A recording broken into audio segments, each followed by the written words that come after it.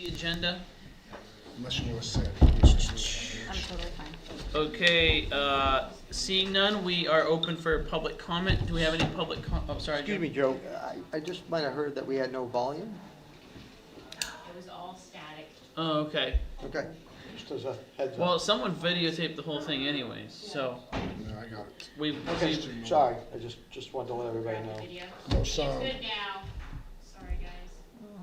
probably, it was probably a lot of feedback from clapping and all the mics on or Nope, something like sound that. making sure we're back on the Are line. we, Thank are we you. good now though? Yeah, yeah, I just asked someone if we were good. And, yeah. Well, we can just post this video with it. Yeah, I got Perfect. pictures too, so Yeah. we can do a write-up also. thank you, Joe. Yep. Any other amendments to the agenda for, the only thing I was gonna say, I think we're adding into the consent agenda approval of the 6/11 meeting minutes. I can't remember if that was on here already. It's not, I Um, don't see it. I don't see it either, but we'll add that in too. We'll also approve 6/11 minutes. There's some edits that needed to take place that we have since done. All right, anything else for amendments? All right, seeing none, public comment. Do we have any public comment tonight? Yep. Come on up. Yeah, oh, our table's gone. I think yeah. it's fine there. Yeah, you can just say it from there, and I always do a reminder for public comment. As always, this is a chance for folks to provide up to 3 minutes of feedback to the town. We're not answering questions, so if we don't answer, it's not that we're being rude. We're just here to get some information, hear from you, and appreciate public comment. So please just your name, the street you live on, and your public comment. Mike Lozga, Davis Road, and it's regarding the Q&A of July 9. I realize this will most likely be dismissed as sour grapes on the heels of the July 9 Q&A decision regarding the RSU 5 vacancy. However, I've received considerable feedback since that meeting, so I feel compelled to speak out, if for no other reason to provide a voice to parents and grandparents who feel exceedingly marginalized and disenfranchised, first by the RSU 5 committee, now this select board. Those reaching out feel the Q&A of July 9 was nothing more than a superficial appeasement designed to allow the select board members to pat each other on the back rather than honor 179 votes cast in my favor. I can't say I disagree. While my supporters and I concede the select board was bound by statute to render a decision, 5 members usurped the voice of 179 Durham residents. No other way to spin this than to say expedience has ruled the day. Going door to door throughout February and March, Durham parents and grandparents made it clear that education within RSU 5 was focused more on the latest ideological craze in lieu of the basics of reading, science, and math. Adding insult to injury, many of these parents and grandparents were escorted out of school board meetings, having their voices silenced. These same parents and grandparents have once again had their voices silenced in consideration of the decision on July 9, courtesy of this board. Throughout the 90s, Maine education, K through 12, ranked at or near the top in proficiency in math, science, and reading. As of 2022, Maine now ranks in the bottom third nationally. These statistics are posted by the NCES, NAEP, Census Bureau, and OECD. While proficiency levels have dropped precipitously over the past 30 years, cost continues to rise in Maine. Maine is currently 22% higher than the national average regarding cost per pupil. Granted, no one person is to blame for the state of education and cost in Maine. However, this board had an opportunity to inject new blood and a fresh perspective to education and cost within RSU 5. The select board unfortunately appointed a candidate who has been part of a systemic failure. Appointing someone who has been part of the problem and not the solution is expedient, not prudent. Rewarding failure is not the message the select board should be sending, least of all to students.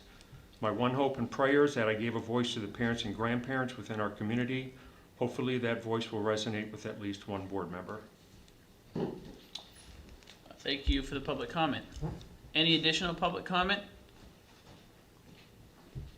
Alrighty. Seeing no more public comment, we're gonna move into old business. What we have here is our just continued discussion on select board goals for 2024. Heather had sent out a spreadsheet that kind of highlighted our information from our flip sheet. Did you want to pull that up, Heather? Yeah. Cool. And then I just wanted to start off a little open format. If there's anything from those goals and objectives that folks wanted to bring up as kind of like a personal focus or interest or something like that, let me know. But definitely open to just discussing how we think we can move forward for the rest of the year. It's kind of crazy to think this is only July, so we've only really been doing this as this iteration of the board since April, which feels like it's been a lot longer than that, but. Why can't I see send? Does Pull anybody up else this have a one. laptop? Joe, can you just reply to it so that it will, Looking for it now. I can reply to it, to your mail. yeah, so that it'll come, I only Yeah. have like my inbox, I can't see my sent box. Oh, I got it, sorry. Let me see. Okay, I got it. Do you want me to read? Sure, you wanna go Sure. kinda take the point on this? Feel free. Okay, so I came and got the flip charts and took a screenshot of each of the flip charts, and then I just went, the things that were specifically for the select board, and then maybe some that had a little bit of crossover, and then I split it up by each of the boards and committees that were in attendance at our, roundtable that we did that night. So, for select board, there was fee structure, public safety, which was to include law enforcement, storm resiliency, and resident support, check-in, and what resources may be available to them during those times. Road planning, I don't recall the conversation around that, so maybe somebody could jog my memory. Planning board bandwidth and capacity, comp plan / zoning, the fact that all of town is taxed as rural residential. Economic development, revenue generating ideas fell under that. Board / committee liaisons, policies, fiscal year transition, gravel pits, codification, and agricultural committee formation. Do you want me to go through each one or just? 1 second. Okay.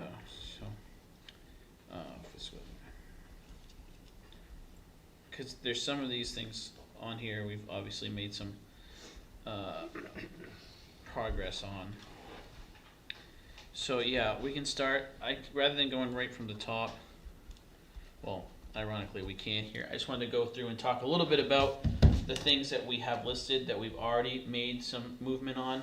So like fee structure, obviously we've had the last couple meetings where we've gone through and had a pretty robust discussion and made some adjustments to fee structure with everything besides gravel pits.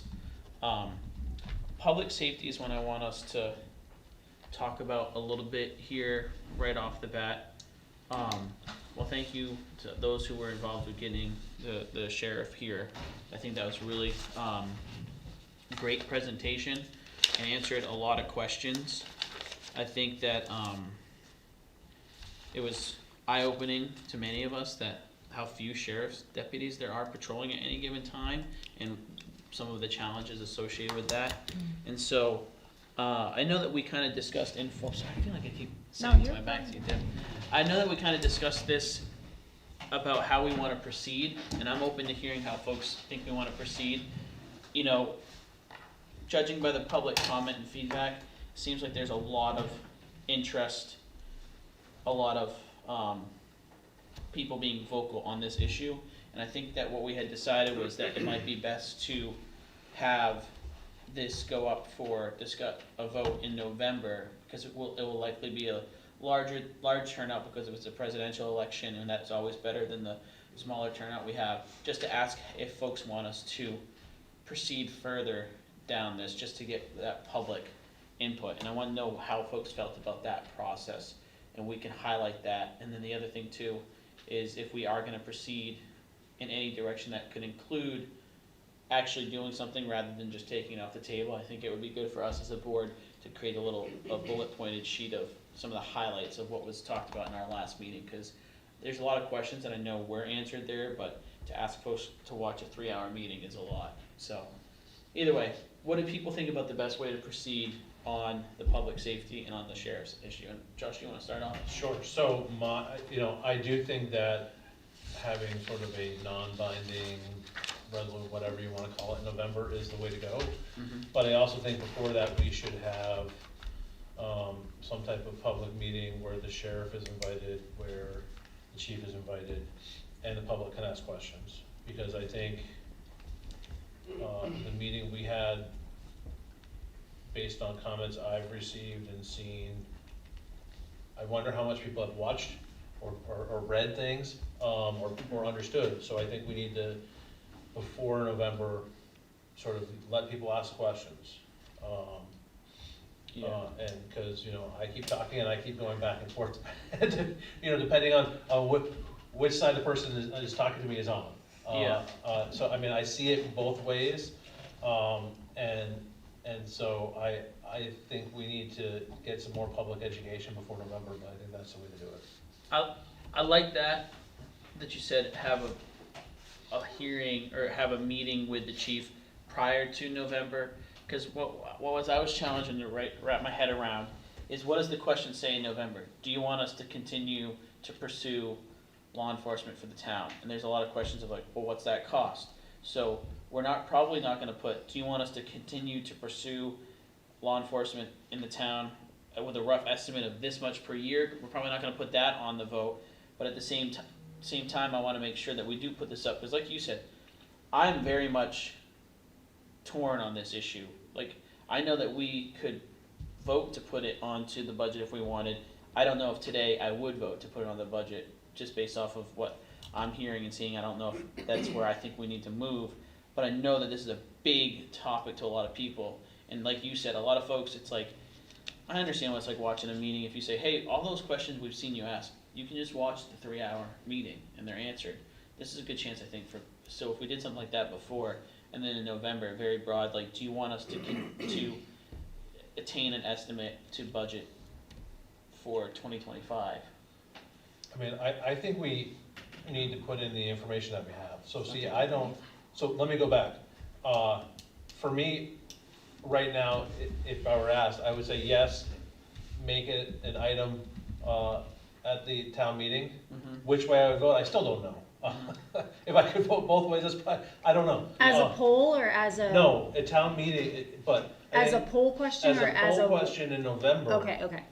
I Oh, think- town meeting in April, you're Yes. saying, I said, Mhm. sorry, thank you for So, clarifying. But as a poll question, I think we need to put in there all of the information, so Mhm. I think it should be just like the question, you know, it's not gonna be exact numbers and that, but have it like that question, so this is, you know, this is all the information we have, this is new to us, it's almost, you know, here's the information we have, do you want us to pursue this further so that it can be voted on with more information at town meeting in April? Yeah, Something like that. that's a because- good point. Because I don't think by November, you know, I think, for me, I would want November to be used as a, yes, we're interested, the majority of the townsfolk are interested in this. In which case, we need to do some, you know, up to us, you know, how many, when they'd be here, those things. Which don't necessarily have to be decided by April, but are things we need to ask and may affect, you know, if you're working Yeah. nights, you're gonna get paid more than you would during the day.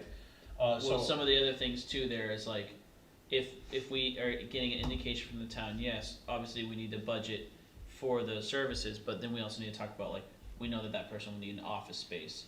Where's that space gonna be, and do we need to add anything to budget to accommodate for improving a modular or building some space out here? So I think that that's a good point. so- I think before we ask the residents to weigh in on this topic, I think we need to do another session where we're, maybe a workshop or whatever, where we're putting together an information packet. Mhm. There's a lot of questions, and you're right, people aren't gonna watch the video, and even if they did watch the overview from the law enforcement folks that were here, the message might not get across. I mean, just like Joe at the last town meeting, when you did that presentation and then up front, it kind of grounded the whole community about what to expect. I think that would serve us better if we had something like that, whether we did the prep work and then had a public meeting and then had the vote, or did the prep work and put it out on our website beforehand. But there were a lot of really good questions and really good concerns, and, you know, all these social media threads that could be addressed, you Yeah. know, why? And do we need to, or what if we don't? And, Yeah, you know, what problem are we solving? I You know, have those a- types of things. I have a comment on that, but Joe, you had your hand up, so I wanna make sure you have a chance to No, speak first. no, I agree. I mean, we need to lay out what the Right. benefit is, that, you know. Or even the but- why are we having this Right. conversation, you Well, know? I mean, I think it came up before, so, I mean, I think it's a valid question of, you know, we should be looking into this, but I'm still, by looking at, say, just the call volume, and not getting into the guts Right. of it, but you look at the call volume and like, all right, well, the sheriff needs to handle all this stuff anyways. Why am I, what is the compelling reason why? What's the danger level that is out there that we feel will be solved Mhm. by having the sheriff? Catching speeders isn't it, No. I'll tell you that. Yeah. Right, I mean, that's not the compelling reason to bring the sheriff into town. It's Mhm. just not, that doesn't work, it's proven over time and time again. That Yeah. does not work for the speeding problem, that's a different issue. So you take that off the table and say, all right, well, what else you got? Well, and then, like you said, What would be prevented off that list? And you don't find much, other than covering the fire chief. Yeah. The town employees, I think, is one of your major compelling reasons why you'd want law enforcement closer than farther away. That's a compelling reason. Those type of reasons, I agree, need to be put on paper and then go from there. and so further. that's one of the things that I was thinking is that, you know, some people I've seen, because I agree with a lot of what you said right there. Like, yeah, it might be 1,000 calls, but how many of those are a response? Like, some of them are, I saw a dog run across the road. There might, but the whole, an additional first responder, and then, you know, someone there for, you know, there's a drunk driver, and you have Whatever the a reasons. aggressive, weaponized drunk driver, and you have our volunteers. That's where I get a little bit Yeah. more. But even without getting those weeds, I think that what you two have just made a really good point is, maybe we need to just, what I like the idea of just coming up with a bullet list of like a one page or something that go on the website or in the news blast of why we had this conversation at all. Because some of the feedback I'm seeing is, well, this is a solution in search of a problem, or why is this even coming up? And it's like, well, the town is growing. We are seeing an increased volume. Whether we think that that increased volume results in needing more of this, I agree with you. One person driving around for 12 hours a day is not going to make everyone on 125 Route 9 and 136 go the speed limit. It's not going to happen. There will be one zone of people following the speed limit around that sheriff wherever they are in town. But I do see other benefits, and it's just one of those. I think that we can at least say, here's why this conversation started. A lot of folks, like some of the comments were like, well, why don't we just have the sheriff come for a couple hours in the mornings? And it's like, we asked that question, and the answer is, there's only 3 sheriffs, and they could say, yeah, our guy signed on in Turner, and he's gonna drive down to Durham at 7 a.m., but then there's a car accident on Route 4. And then over in Livermore, there was a cat stuck in a tree or something. I don't know, but it's one of those things that's like, like you said, we send people down, and then frankly, we're just in a situation where every town north of us has police.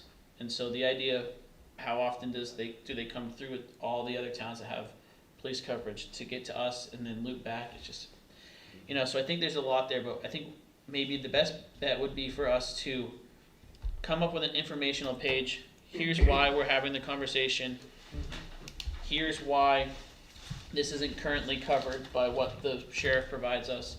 Questions I saw people were saying like, well, why doesn't the state police help out more? And we know that since 2020, the state police no longer provides that coverage, and that's why we don't see the state police patrolling Durham anymore. So like, answer these questions as to the why or just the basic, and that's not so much policy, that's just information gathering.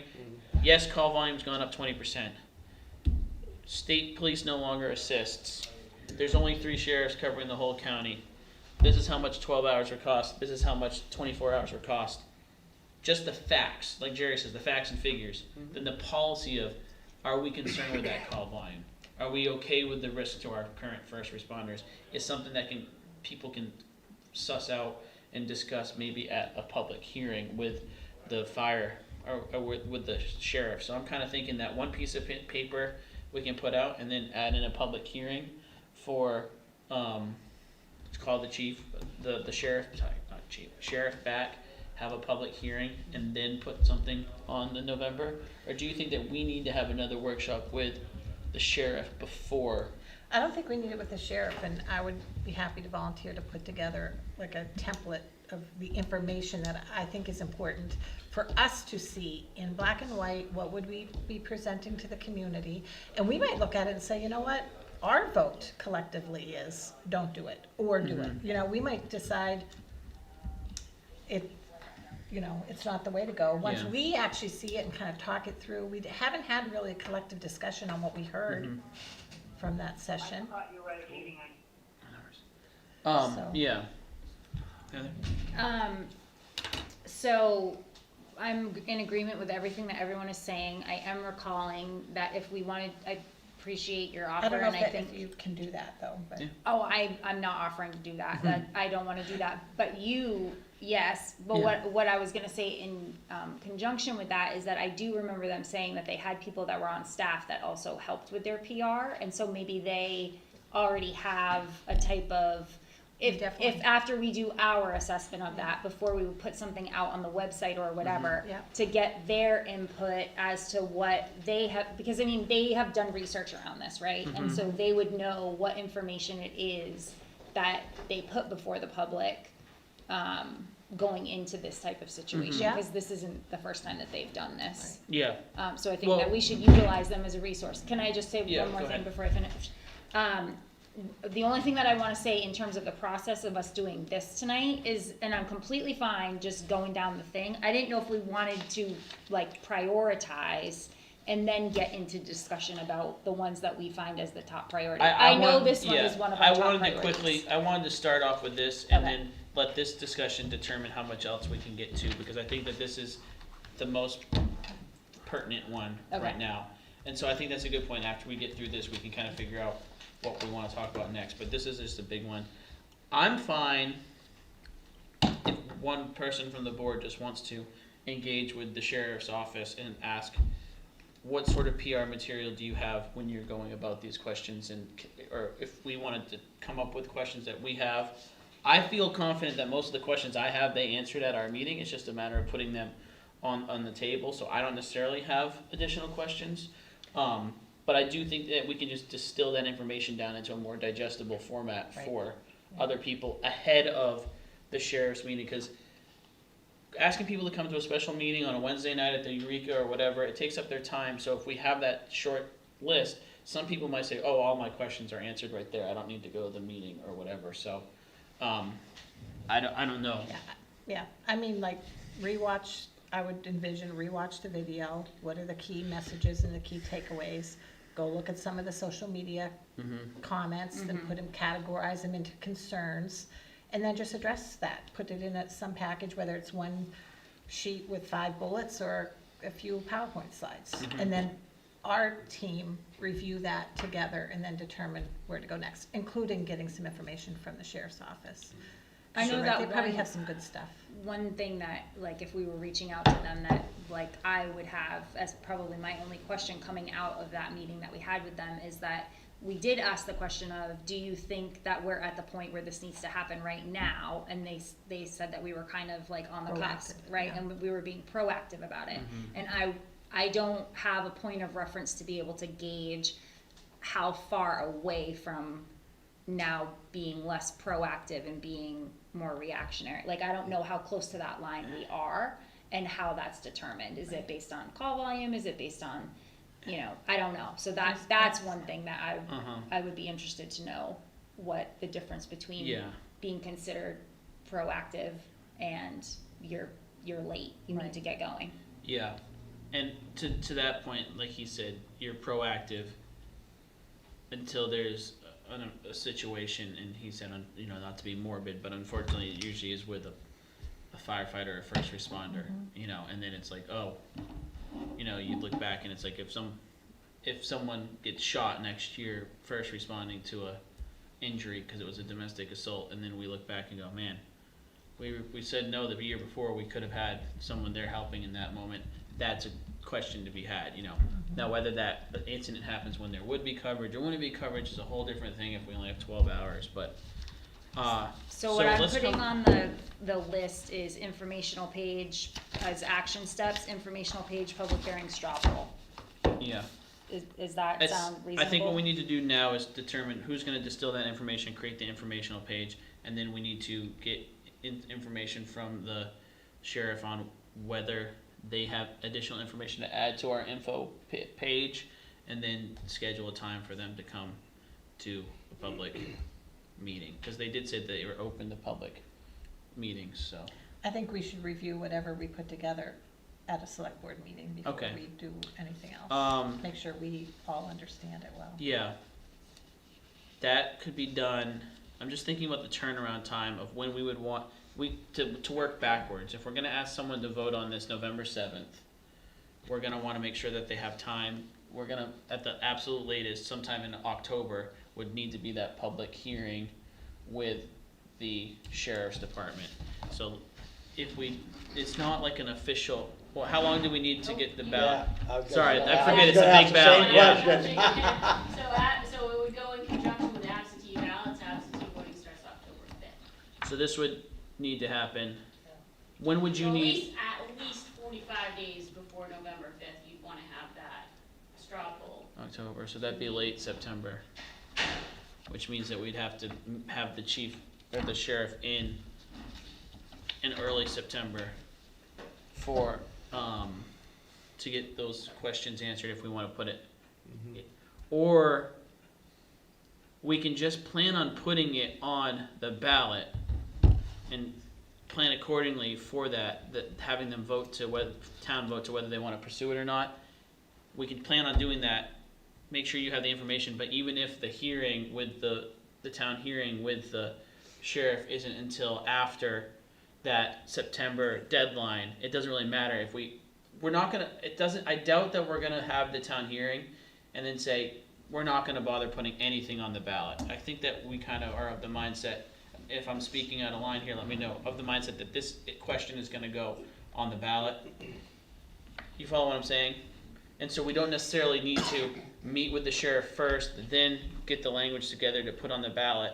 We can just plan on putting it on the ballot, having it ready for those absentee ballots, and then sometime in September or October, have that meeting with, I think the it would sheriff. have to, the meeting would have to be before absentee voting starts, which is October 5th. They would have to have the same information available to yeah, them but what that I'm saying is we everybody wouldn't is. need to have it before the ballot language needs to be. No, I just Yeah. think it needs to be before October 5th. Yeah, so that would mean that we would have to, and I agree with your timeline, we would have to pull something together in one of our August meetings, review it, have them come meet with us in the September meeting, and then it'd be looking at like the first, second week of September for, That's The September, sheriff. September 10th is our meeting. yeah, that works for me. Josh will have to chair the meeting, cause I'll be gone, so maybe defer to your viewpoint on this. I mean, I think the timing is, between the 10th and the 24th. I think earlier the better, but do we want to do it at one of our meetings, or do we have a special meeting sometime on a weekend in the middle of the week? It's the beginning of the school year. It's so tough, cause sometimes we'll throw a Wednesday night meeting at the Eureka Center and 45 or 50 people will show Right. up, other times 7. Do You you, know. can I ask Jessica a Yeah. question? Do you recall if when we did the stroll poll, for the marijuana, and there was another one, I don't remember what it was, did they hold a public hearing? That I'm not sure. Okay. Yeah. So, Do you think so? Those things, I would imagine they did, it was pretty. Okay. What, do you think that we should do one during the week at night and then also on the weekend so that more people have the opportunity if, I mean, that's something I'd have to run, you'd have to run by the sheriff and the deputy. right? I would be more apt to have them do one, if we're putting out to be respectful, sorry Josh, I interjected, go ahead. I mean, I could ask and say, if this is an option, would you be okay? And let them decide. Mhm. And I can reach out to them tonight or tomorrow. Okay. I mean, if they're fine with 2, that's fine, but I don't want them to feel pressured either. I'm more apt of asking them for their time once, knowing that we've already had this one meeting, it is recorded. We're having an information packet going out that is gonna answer a lot of questions. We'll have another public meeting, which will also be recorded, and that meeting will just be on this. So there should be the mechanism for people to get the information they want if they truly want it. I don't know if saying a Saturday meeting works, because my experience with planning things on the weekends is if it rains and it's a thunderstorm, yeah, people show up, but if all of a sudden it's the best last day of the summer, people might not show up, and then you ask a lot of people to get involved, and when your board members and your speakers are outnumbering by 2 to 1 the people attending, how useful is that if it's just repeating the same information? So my thought process would be for us to have them come meet sometime in September. We could either do it at our September 10th meeting and do that instead of our September 10th meeting, just sign AP warrants and lead that, or have a separate meeting either sometime during the September 10th week or the September 17th week. I think the September 24th is a little too late, because that gives me the next week some people are getting their absentee ballots. And so I think the that- decision comes down to, do we wanna do it at our 10th meeting or on a different night? I think that's what needs to be. I won't be here. I will leave that up to you all, because it doesn't matter when we do it in September. I can tell you that I think my wife is gonna be in trial that week, so one One night's better? night's better for Okay. me, but, I mean, The September 10th. but, yeah. I mean, Okay, I'm fine with that. Is everybody, Joe and Deb, are you, does that, Jerry? Do you Yeah. feel? Yeah. Okay. So in lieu of this meeting, we'd have a meeting at the Eureka Center. Right, we'll do our business, just our quick business meeting, and Uh-huh. then it would turn into a public hearing after that. Yeah. Like, At the- maybe we could At the do, Eureka Center? maybe, should we plan on our business meeting at 6 and then having this start at 6:30? I'd rather start at 6 if we're expecting a lot of people. Yeah. Our regular meeting at 6? And No, then- I'd rather Oh, start start at the- 5:30 and Okay, have, can other people do that? I can do that. Is that fine, Jerry? Yes. Okay, I won't be on this continent, so y'all do whatever. sorry, I just kinda quarterbacked that, You're but you just said you were 100% out of fine. it, so No, I was I'm- like, I'm just gonna go There's with no it. point in my input if I'm not gonna be there. Okay, And so, okay, let's plan on well, first off, we do have to make sure that works for the sheriff or the deputy sheriff. But it would be September 5th, the meeting would start at 5:30. September 5th? September No, 10th, 10th. sorry. Meeting starts at 5:30 with a 6 PM hearing start. So it would be a truncated meeting. We're gonna do it at Eureka. Probably do it at Eureka to accommodate space. But it's harder to stream and stuff over there. That's the only challenge. Can't stream over there. You know, you can't. We can record over there, right? And then upload. I could stream from my phone. Just thinking. Space isn't that much different than here. There's no Why would- Wi-Fi over there. Why not The just keep space- it, why not just keep it here? You have, yeah. I'm or not, can we ask, or if we're expecting something bigger, how about we ask the school if they Yeah. can give us a space there? Yeah. Yeah.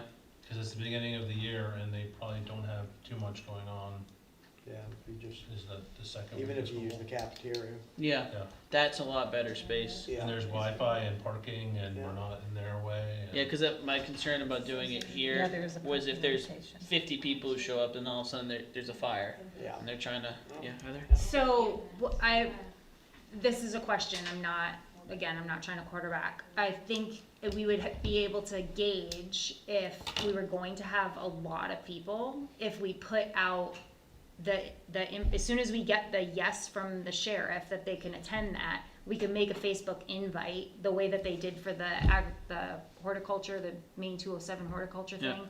And we held that in the cafeteria at the school.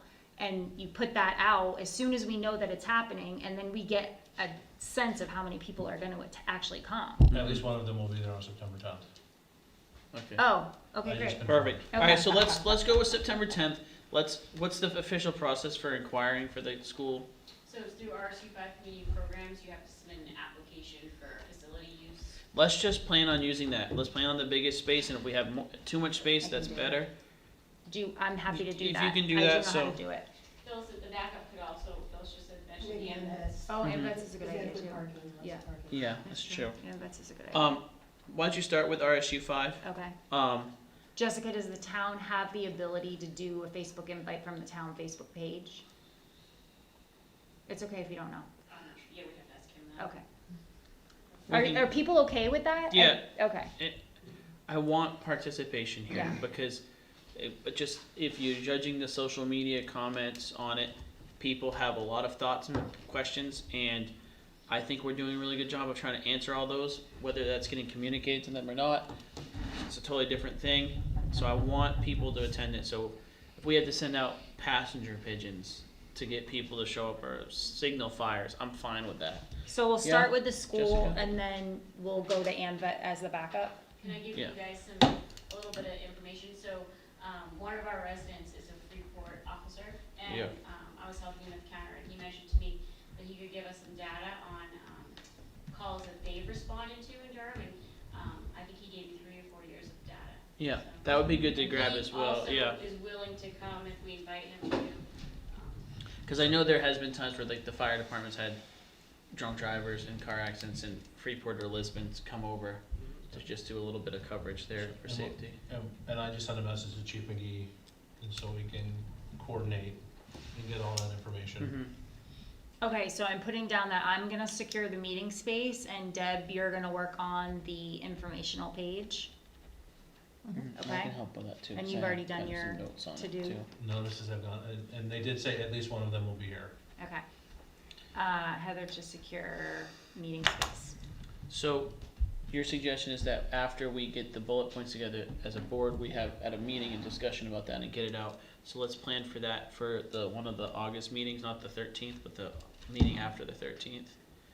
August 27th. 27th. Can we put that on the agenda, Jerry? Is the 13th the Historic District Commission? Yes. Okay, and the 27th is Mark Roy and, And Donna, Yeah. Donna. talking about, I would like to think that this won't be a super lengthy discussion on the fact sheet, because we're not really discussing merits or policy. It's just, do we all agree that this is the stuff that came out of that meeting that should be distilled to the community, right? Or do we think that that would be a quick process? I think it should be quick, but I think also, before we present it, I would like the sheriff to look at it over once Mm-hmm. and just give its blessing. So if we can do that at, oh, Yeah. sorry. go ahead. I was just, when I suggested it, I think, even for me personally, I feel I almost need to be convinced it's worth spending money on, based on where we are today. And so, in Agreed. order to give me, or a resident, enough information to make you feel like it's worth it, you know, we need to talk about it. Mm-hmm. And that's where I'm, in this thing in my mind, I'm almost thinking like we're putting that policy decision making back in, that ball back in the court of the general public. Because we could just, without doing any of this buying stuff, but put in our, ask Jerry to put in the budget, the money for this, and put it out to vote and go that route. But we're saying before we go that route, we wanna get some input, cause I'm not entirely convinced I would vote yes to add it, cause it's Right. a lot of money, and I wonder, is this the next best $330,000 a year to spend? So, I'm thinking that this informational thing is not to try to sway yes, Correct. no, or Just maybe, it's just, Information. you all asked a bunch of questions about our meeting. Rather than making you watch the 3-hour meeting, we will go through and just say, why are we having this discussion? There's only 3 sheriffs that respond to the whole county, and our call volume has increased 20%. How much does it cost? It would cost roughly $330,000 for 12 hours, roughly $660,000 for 24. Yep. Would they have their own cars? Yes, they'd each have their own car. Do they need an office? Yes, they need an office. Facts and figures, Okay. Jerry Yep. style, you know? Heather? I also think that putting the question out now doesn't necessarily mean that it has to go on the budget for April of 2025. No. I actually personally, if the vote were to be yes, I would actually personally prefer that we hold off so that we can explore the startup grant The grant, opportunity. Exactly. And- But I don't want us to invest but- that time if the answer is Right. 2 to 1 I think no. we need to find that out, but I also feel like if the answer is yes, then it's our responsibility to do our due diligence of how to bring that to fruition in In a a fiscally fiscally responsible responsible way. And maybe that isn't in April, maybe that's the following April. but we need to know if we're pursuing that. Especially in light of the fact that the sheriff had said, we're not in an immediate need situation. So even if that's a good point for everyone listening at home. Even if the answer is yes, that does not mean it's necessarily being budgeted for in April of 2025. We need to have a serious discussion on the best way to get to that, but just with a lot more data from folks, so. Yeah. Do we need to vote on any of the action items? Sorry, Joe, I didn't mean to No, interrupt. Joe, real quick, let Joe go. So, yeah, and I'd be really careful about putting a number out there too prematurely. I mean, we have a number, but I'd be really hesitant to even put that on a piece of paper because, you know, as we've seen everything go up drastically, you know, whatever number you put out there, even if it's in November, it will go up in Yeah. April and it'll go up the following April too. Not So, necessarily, well, it will, but they have a contract, and so. no, I get It's it. a little more steady than. The I get it. I'm I against. think you have to put the number in there, because if I look at it without the number, I'm gonna ask, what's the number? So, Yeah. I respectfully disagree, I think it should be there, but I think you're right, Gotta be careful what estimate. it is. It Right. make it clear that it's an Yeah. estimated That's number. that's what I was gonna It say needs is, to be, yeah. no, if we crystal don't put clear. if we That- don't yes. put out a number, Otherwise, everyone's gonna say, well, how much do we think this is gonna cost? And someone's gonna dig out of our meeting, like I have seen people communicating, it's gonna cost $650,000, and they're not communicating that is the most expensive option. So I do think what your point is, like, putting out a number anytime is scary, because then if it changes, they're saying, you said this, but it's like, I think putting out a really rough estimate, making it very clear that the baseline cost for this would be at least X amount of dollars to give people that idea. Because I know someone's gonna say, if you're asking, like, you're asking me to vote on this, how do I know whether I wanna vote yes or no? I don't know what this implication is for my taxes, you know? right. In terms of action items and voting on it, I don't think we need to vote on anything here. But we'll just write down, September 10th, we're gonna have the hearing at the August 13th meeting is when we're gonna do a quick workshop on Deb's fact sheet. So in terms of action items, that fact sheet, Deb and I can work on that. Yep, yep. Because I've already got, I'll send you what I Yep, have for yep, bullets of things yep. that I think we need to cover. So as long as you are all comfortable, Deb and I kind of workshopping that, and then we'll send it to the group. Wait, I wrote August 27th for the discussion. Yeah, Yes, info Oh. package coming back here. Sorry, on August 27th. 27th, yeah. Sorry, go ahead, Joe, and then I'll ask my question. So it'll be August 27th will be the review of the info, and we'll make sure that the sheriff gets a chance to look at that as well, to make sure that it's reflecting their words. Info review. And then September 10th at 5:30, either at the school or the AMVets, whichever one can accommodate us, starting with the school, will be our regular meeting, followed by a public hearing at 6 with the sheriff. And that'll be open to the public to ask questions, recorded, live streamed, the whole kit and caboodle. Or possibly live stream if it's available. Live stream pending technological abilities. Heather? This is when we're done with this one. Are we done with this one? Do we feel like we're done with that? So Okay. action items will be. So can I get the flip chart out, write these things on the flip chart? We put our star on our top 3 the way that we did for the other committees to prioritize. And then once we have our priorities established, I think that each one of those gets their own meeting. I'm not, again, you decide how you wanna do this. I'm just thinking we still have fee schedule and stuff tonight, so I Well- don't think we can go through all of the. What I was thinking is we could go through and just briefly talk about things that we've already taken action on, like, we've already taken action on the fee schedule, and we can determine, do we need more work, yes or no? And if Okay. the answer is yes, let's say, we'll come back to that, like, public safety, we're good, we're Well, we're good with the law we're enforcement part. the law enforcement part, which I think is the big one for us. Policies, that's something we started off on. Gravel pit, we started off on. Yeah, I guess I see what you're saying, is we should just talk about, prioritize as a group tonight, what are the few we wanna go over, and then kick these others to a later date, so. Is it, I can do it on the whiteboard, that's Yeah, if probably you get faster, that, is so. that fine? Yeah, And then we can just all pick our 3, is that what we did for the other things? Sure. Yeah, Josh? I was just saying, I don't think you need to put up the fiscal year because I think we're already scheduled to talk about That, that. yeah, Okay. exactly. So I'm not gonna put fee structure, I will put like. We don't need to put fee, police, we don't need to put fee structure, because we've already addressed that, and gravel pits is already pulled out on its own, which is the only thing we haven't addressed in there. The codification process is, the wheels are moving on that, so I don't think we need to put that either. We have an update on the agriculture. You can't read the green. I mean, I can, It's- enough to be able to. just a handful of things. Sorry. Yeah. You need to write it up. Can anyone remember what road planning was? Does anybody remember what that? Yes. I think It was, we were gonna work on a road and then that changed and then Yeah. we talked about, The paving. they were gonna pave a section of road, but now the CMP is gonna be Auburn County. messing around there. We're holding off, and then the question was, what do we do with those 2 miles of road we were planning on paving this do year? something else or put in a budget for the future. That was the discussion surrounding Jerry, your briefing. Right. Yeah.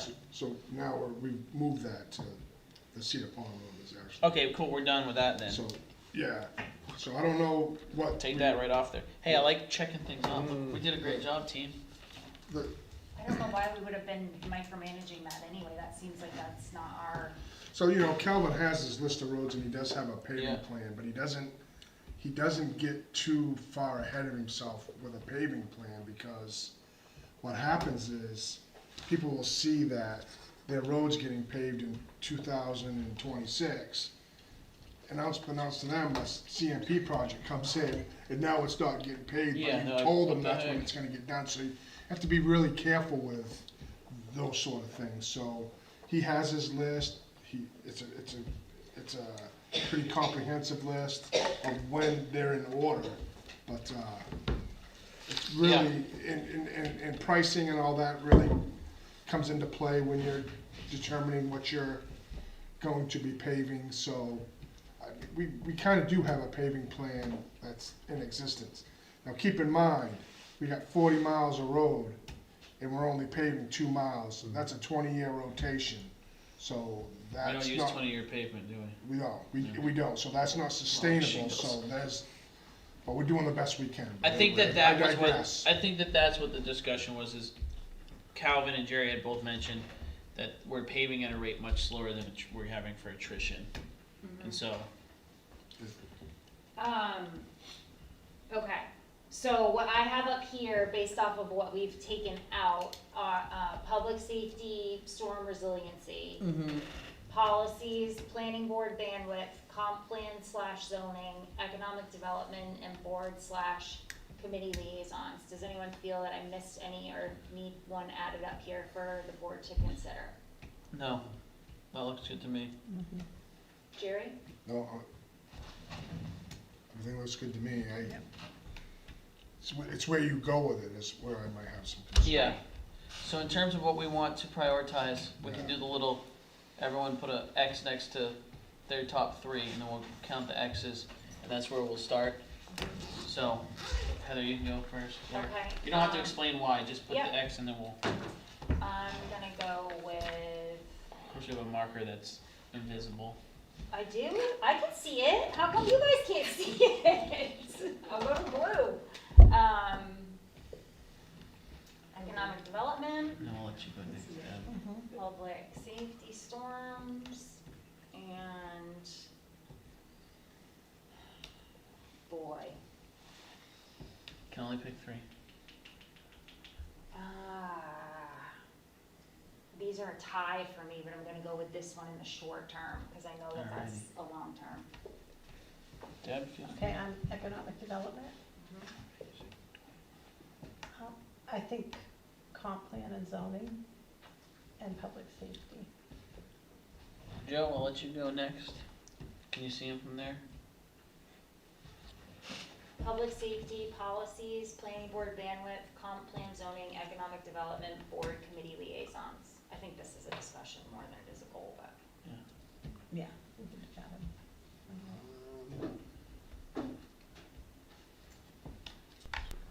I can't see from here, but what was the top one? Public Public safety. safety. Public storm- safety. Okay, so that's storm, like stuff, policy, planning board bandwidth, comp plan zoning, economic development, board committee liaison. Economic. You get one more. I get one more. And you can put 2 stars next to one thing if you're that passionate about it as well.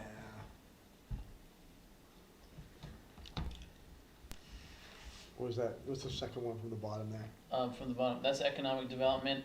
Yeah, no, the next one up. Comp plan zoning. Comp plan zoning, yeah. Does that include the resource protection that I think the planning board? Nope, that's on their thing and that's Yeah, their that we priority and that's. delineated that. I just see that, Includes- so I do public service, economic development.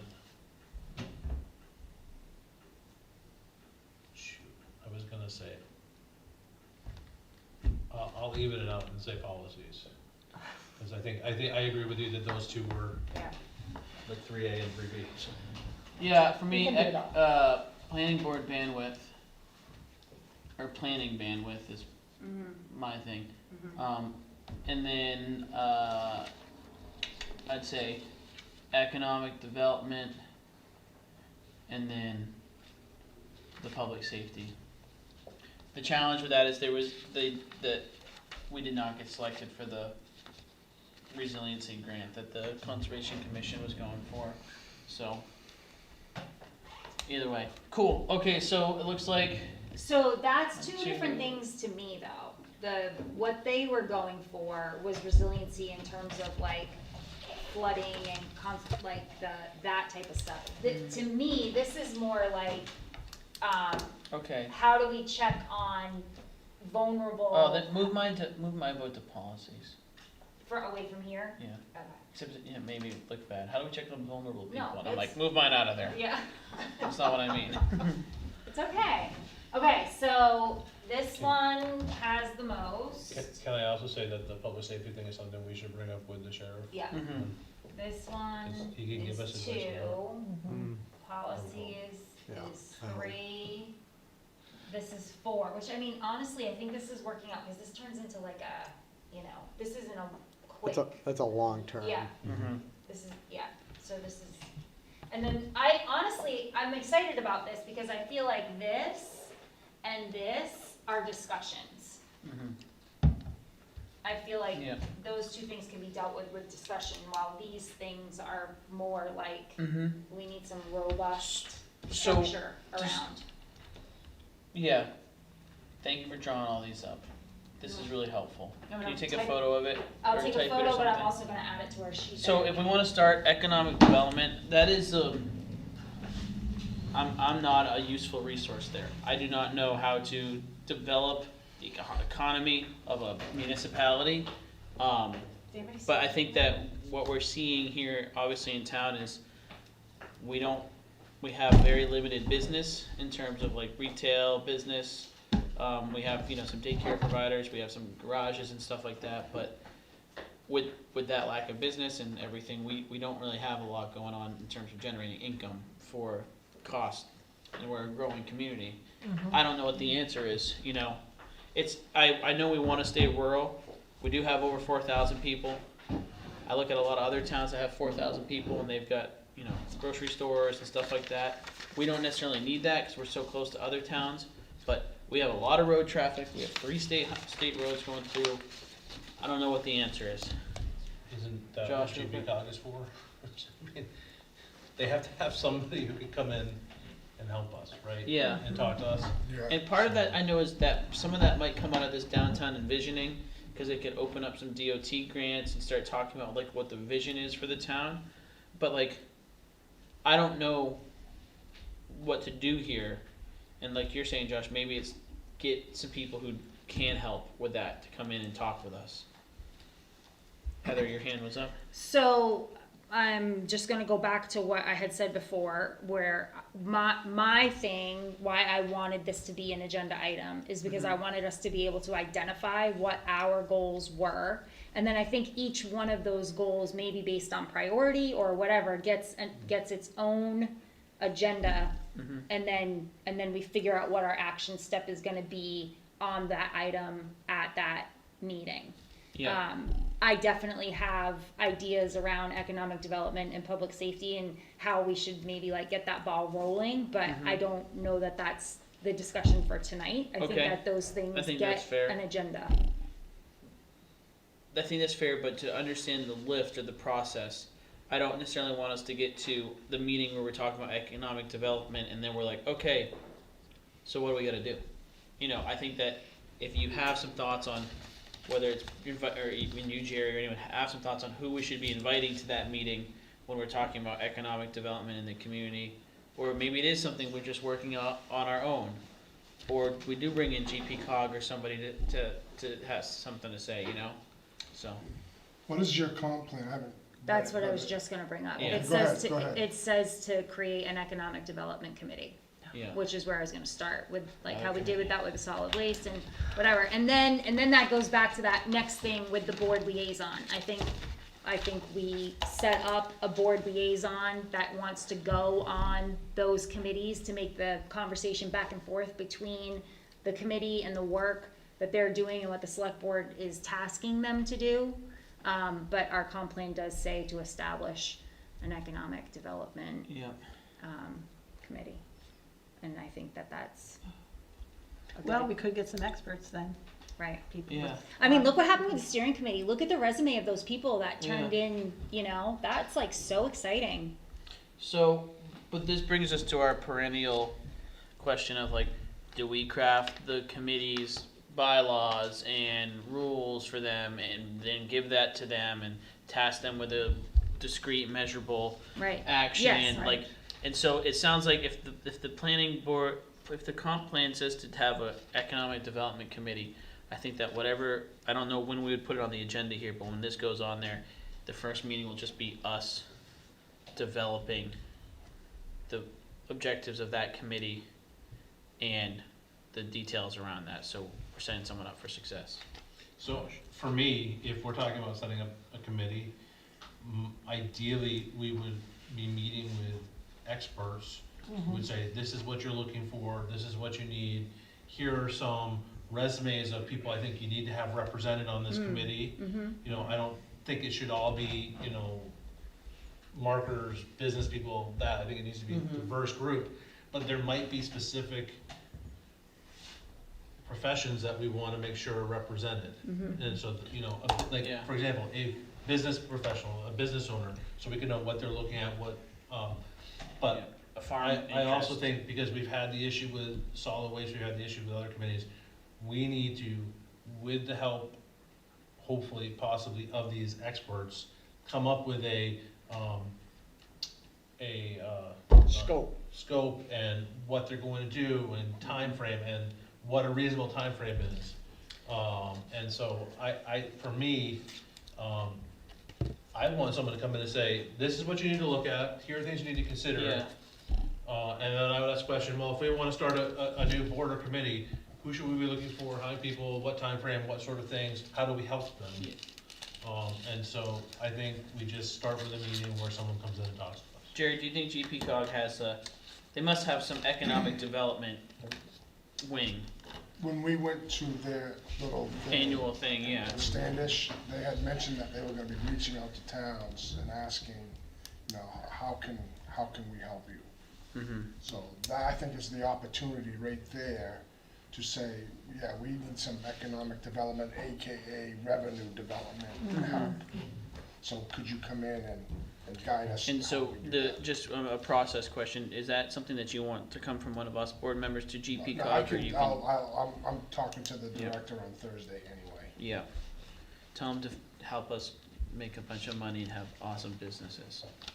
Simple stuff. So, Heather, you had your hand, and then I'll go to you, Josh. So I think an expert that, like GP Cog or whatever, because I do foresee issues with our current zoning Mm-hmm. and economic development. Mhm. And so when I'm looking at our goals and comp plan zoning is 4 and economic development is 1, we may have those reversed. But I think Right. that's gonna be driven out of this economic development, because if they say, the first rule is you need a business district, that's a whole that's Right. gonna drive that. But So- that's what I'm saying is that we need someone who knows Yeah. to tell us can you even have economic Mm-hmm. development in a town that is all rural residential other than resource protection.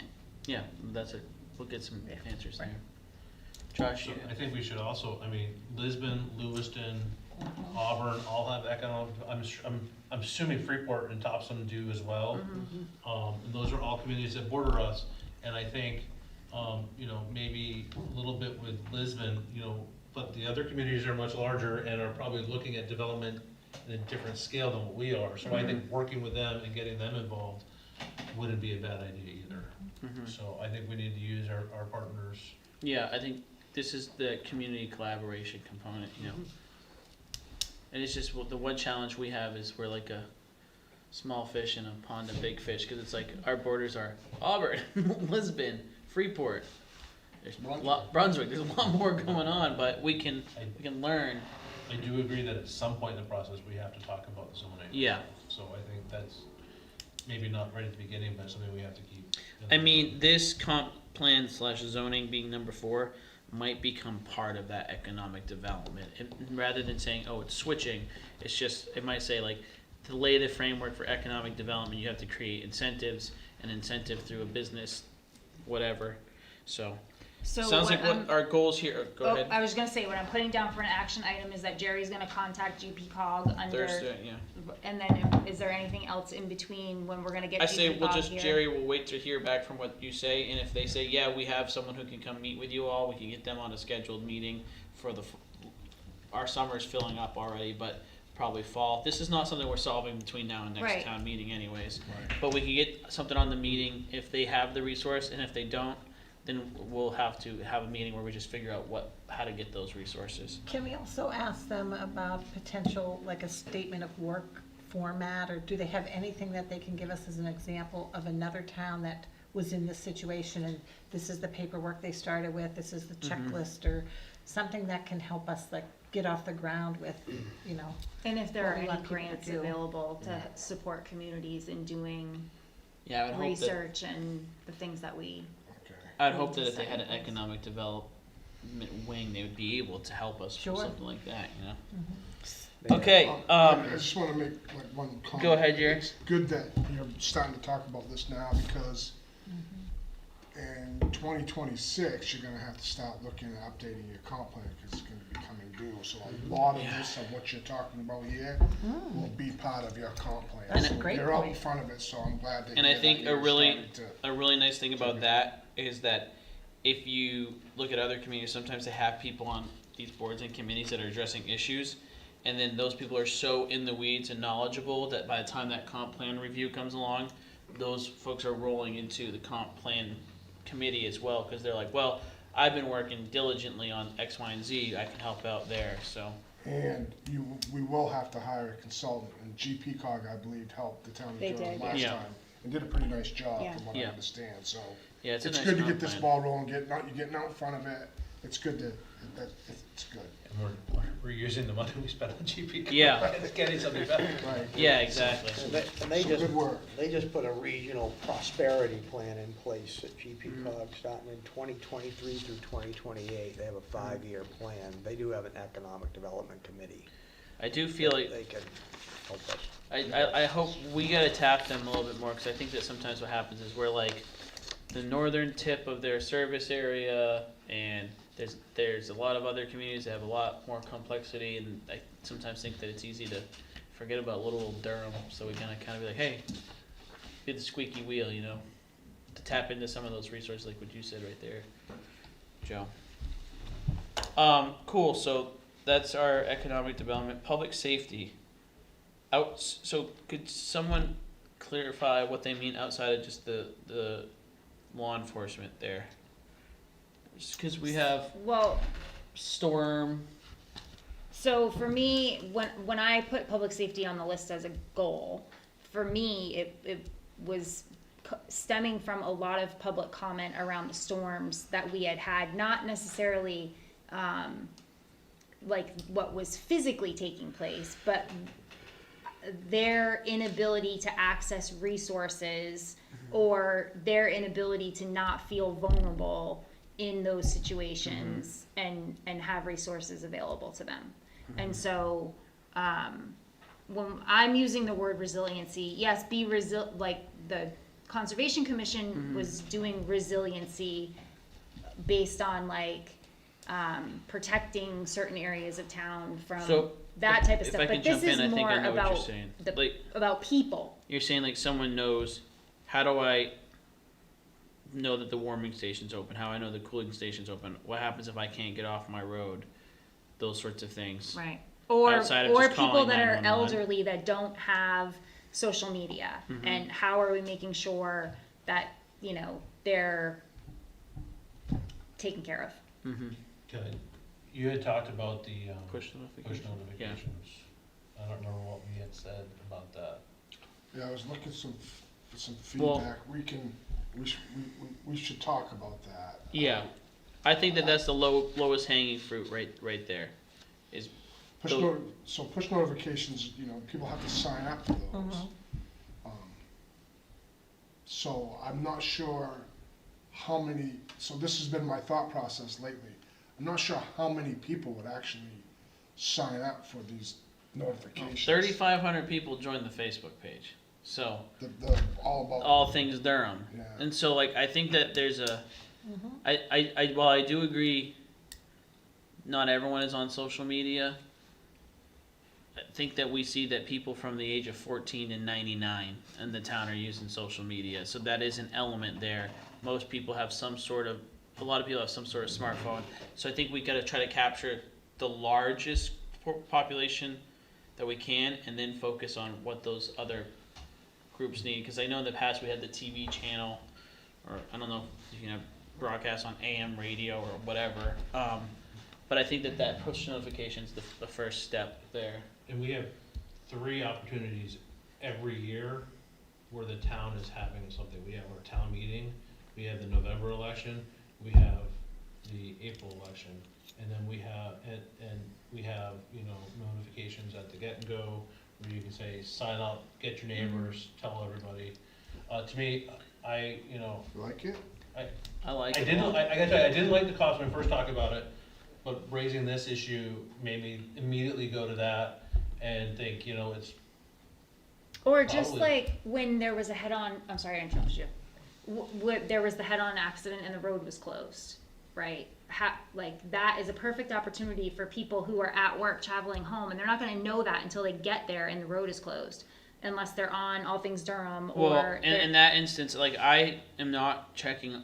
I do not have notifications turned on, so I get notified anytime something gets posted. All things Durham. Right. Because it would be So this would going off all be the an time. opportunity for, especially like during traveling hours, where people would get a notification that there's been an accident and the road is closed, or this road is flooded, or this culvert washed out and it's not a passable, you know, just anything like that. We use the tool at BIW for, 5,000 employees, and it's like the message is coming from the president of the company Yeah. on all things, so it's very effective. I'm in favor. Yeah. Sounds like you're all in I think favor. we need to take advantage of, I mean, the tax bills have gone out, but those go out to what, everybody, right? Even if my Yes. mortgage company is paying my taxes, Yeah. I still get my tax bill, I still open it up, I still look, and if it's in there, I'm gonna say, oh, I should sign up for this. Yeah.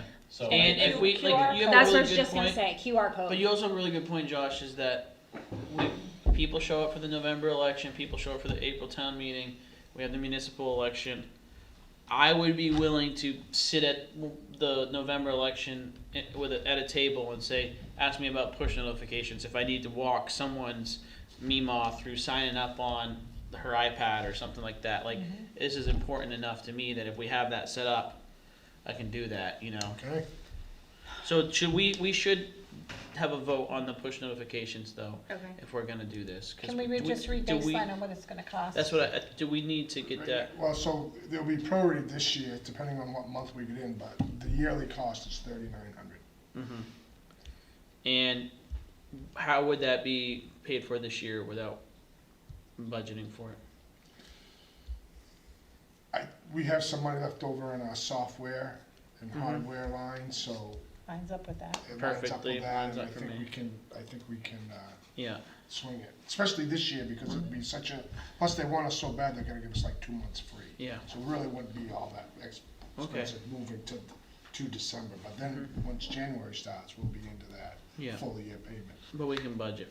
Yeah, we can budget for it. Heather, is it about push notifications? Okay. If we can get a QR code for it, and, sorry. No, keep going. And then who, and I'm not trying to micromanage your job, and you can say that's No. my job to worry about it, so don't worry about it. No. Who's responsible for that? I don't want to put something like that on chief while he's responding to, Right. right? So is it, do we The- have a person in that role that will be able to do that for it to be effective? I think there's gonna have to be multiple Well, that's what I was people gonna say, doing it's that. multiple an So option. we'll work out those logistics on who does that, because there'll be different push notifications for different reasons. Right. I mean, so we'll work out those logistics, but I have a feeling that it'll be me, Jessica, Kimberly, Chief if he can. I mean, he may, I mean, but we'll see. We'll have to talk Chief knows how to use a smartphone. Right, He's got, Phyllis. yeah. but we'll work that out. Okay. Yeah, Okay. okay. So Okay. I'll Well, make a motion to vote on authorizing what? How do I do this? I'd just make a motion to authorize Jerry to sign us up for push notifications. So moved. Do we have a I'll second? second. All right, so further discussion? Yeah, should we get a contract and maybe, I mean, are you, 3,900 is an estimate, or? No, that's what it is. Mhm. Yeah. And For I'm, And 5 that years, is kind or of something under like that for this threshold year. where you don't and really. I think we No, can but renew for- annually. I mean, I just, That's for the year though, like for this year. and is it a 1-year contract, yearly, is it a Uh, 5-year contract? Or the No, price it's is gonna go up, it's year to year. I mean, we could, I can confirm that, but, I mean, you can drop it So- in. Is this So the, really, we could try it out. That, well, that's what my thought too And is, then if we don't want it next year, then don't Right, do it. exactly. Okay. Yep, So Is this $3,900 for What- the year, what's- but what's it's it- prorated. for this year, because we only got like, we'll only Yeah. be 5 months and we're probably only gonna pay for 4. and Deb had a so- question. and this company came to us, I mean, are there other options? Well- Is there a free service somewhere? No, well, No? no, there's no free service. There are other type of, services, but they're back and forth, and I don't want, I would, you don't kinda want that, you already have that on all Yeah. things Durham. You Oh, wanna back just, and forth, oh, right. it's We were right. talking about, this is where you can just project that information, there's not a Yeah, comment section, I'm with it's you. not, yeah. It's just a And, text. and so I Right. think that It's the just- benefit here is if we like this, and we wanna move forward with this, if it's a year-to-year contract, we can then evaluate.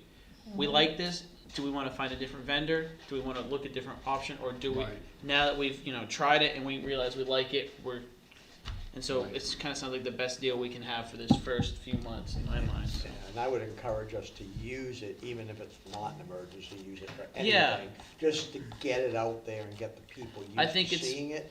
And that Yeah. way you'll get the feedback right away, like, I like this, I don't like this, Mhm. and then you can reassess it. Come. Perfect thing, just like, if there's a very important issue on a board meeting that we really hope people are gonna come to, it's like, hey, Push it. keep in mind, select board's meeting tonight, and we're going over, potential law enforcement, okay. As long as we're not overdoing it. Yeah, Right. Okay, we And gotta vote. Oh, we have a motion, and a second, that's all the discussion. Seeing no more discussion, all in favor? Any opposition? Cool, push notifications. So, Give it a shot. but to figure out what a meeting for public safety else would have to be. I think I'm with Heather on elderly or needy residents, whether they have social media or not, or get a push notification. Is there anything that we can do as a town to have a program that supports them in crisis needs? There's gotta be an, Or is it just a chief, 911? I'll give you the history of Yeah. that, from what I understand the town. Larger towns use like a senior center, but volunteers, we don't have the staffing in Durham. What used to be in the chief's office was literally a book with phone numbers. And again, we just don't have the staffing. And then it's upkeep of those phone numbers, right? It's people moving, people passing, people not wanting to be involved anymore, that type of thing. The sheriff, I don't know if it's Androscoggin County, they have like sort of a reverse call every day that can check on loved ones that you have to answer. And then when they don't answer, they either send out a sheriff or an ambulance to say, hey, it's a well-being check. So there's services, but Durham's pretty staff limited as far as making phone calls, you know, to someone's grandmother, are you okay, do you need services, that type of stuff. So social media is, if you will, or technology is really taking over for that gap for the smaller towns. Jerry sent me to a shelter course and a shelter more than a tri-town. So from Brunswick to Topsom, everyone was invited. And we had several meetings on that. And it's the difference between sheltering, because that's a definition, and a center, warming, cooling center, which the Eureka Center would be. Recently, last year, we lost power for days. You know, when you lose power, especially when it's cable-based, sometimes you lose sort of communications. So we, again, don't have the staff to go out and check on people, but if they could come here, we could give them services. For the 2 12-hour periods we did on a warming center, we had 0 participants. So that's fire department cost, you know, volunteers, but at a minimum cost, water and some light snacks. But we had 0 participants. Same thing with the cooling center. We were open, I've been talking to the town manager about it, letting them know. We do a blast on our social media, which isn't as prevalent as All Things Durham, but we try to tag it, if you will. But again, no participation from townspeople. So that's difficult, right? I mean, how far do you go? Right. Type of stuff. I was talking to other towns, they're really partnering with churches, That's where I was going, faith-based. yeah. So Shiloh Church for us, they sort of offer that, overnight accommodations. But we as a town can't get into sheltering. That's a term, Yeah. overnight accommodations, Yeah. a lot of legal, food, somebody there constant, childcare. You need to make accommodations for pets. We're just not suitable, regardless who grants. The liability goes. Yeah, for the town, it does. So we're into centers. Yeah, thanks, Chief. That's good info. What you're getting at to me is it makes me think it's like more of like a network akin to like something that you would see in a small community is maybe that there is a committee, I hate to say another committee, but like a committee of folks who are like, oh, we're the, you know, Durham, I don't want to sound mean, there's an elderly community or Durham Senior Society or something like that, where you have that, like, okay, I know that I'm going to go check on these 3 people. Like the town, we can't do that with town staff, but it's like if someone says I can go check on these 3 people, or I'll call these 3 people and they're going to call 2 people like a phone tree. I just don't know what our role is. Heather and then Josh. I'd like to ask Roberta to come in.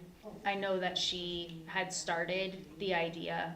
She's on the Conservation Commission, and she had started the idea of this type of thing.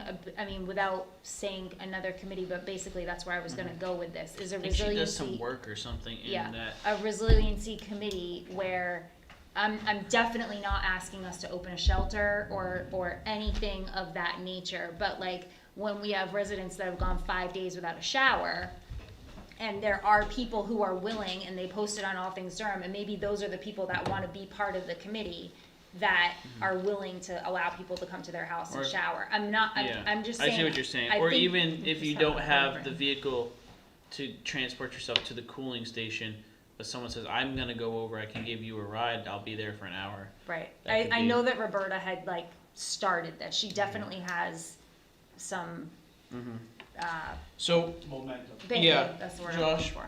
So, I mean, to me, isn't this something that the Anscoggan Emergency Management should have some knowledge and helpful information in? And I don't want to ask you to do more work, or you to ask the chief to do more work, but isn't that a conversation where they could provide some information and possibly work with us or somebody else? You want to tell them, Michelle? You go ahead. Your timing. Yesterday, Jerry and I met with the new Androscoggin County EMA director. So just getting his feet wet, really still just talking about grants and EMA. That is deeper down the line, I think, for the new EMA director. But you must see that there are services, we just need to suggest, provide, give a phone number, and sign up people. And you're right, I think you're onto something, and I can help too. When you're doing the voting, when you're doing the town meetings, you know, these are all services, look at them, these are free, these will help.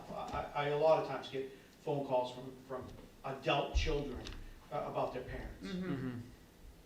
But the fire department, as you know, legally, to check on them, that a well-being check is one thing, but services are different, right? But that's, you know, that's the conversation, they're calling you, you say, hey, we have this push notification, here's Yep. how they sign up. So, Yep.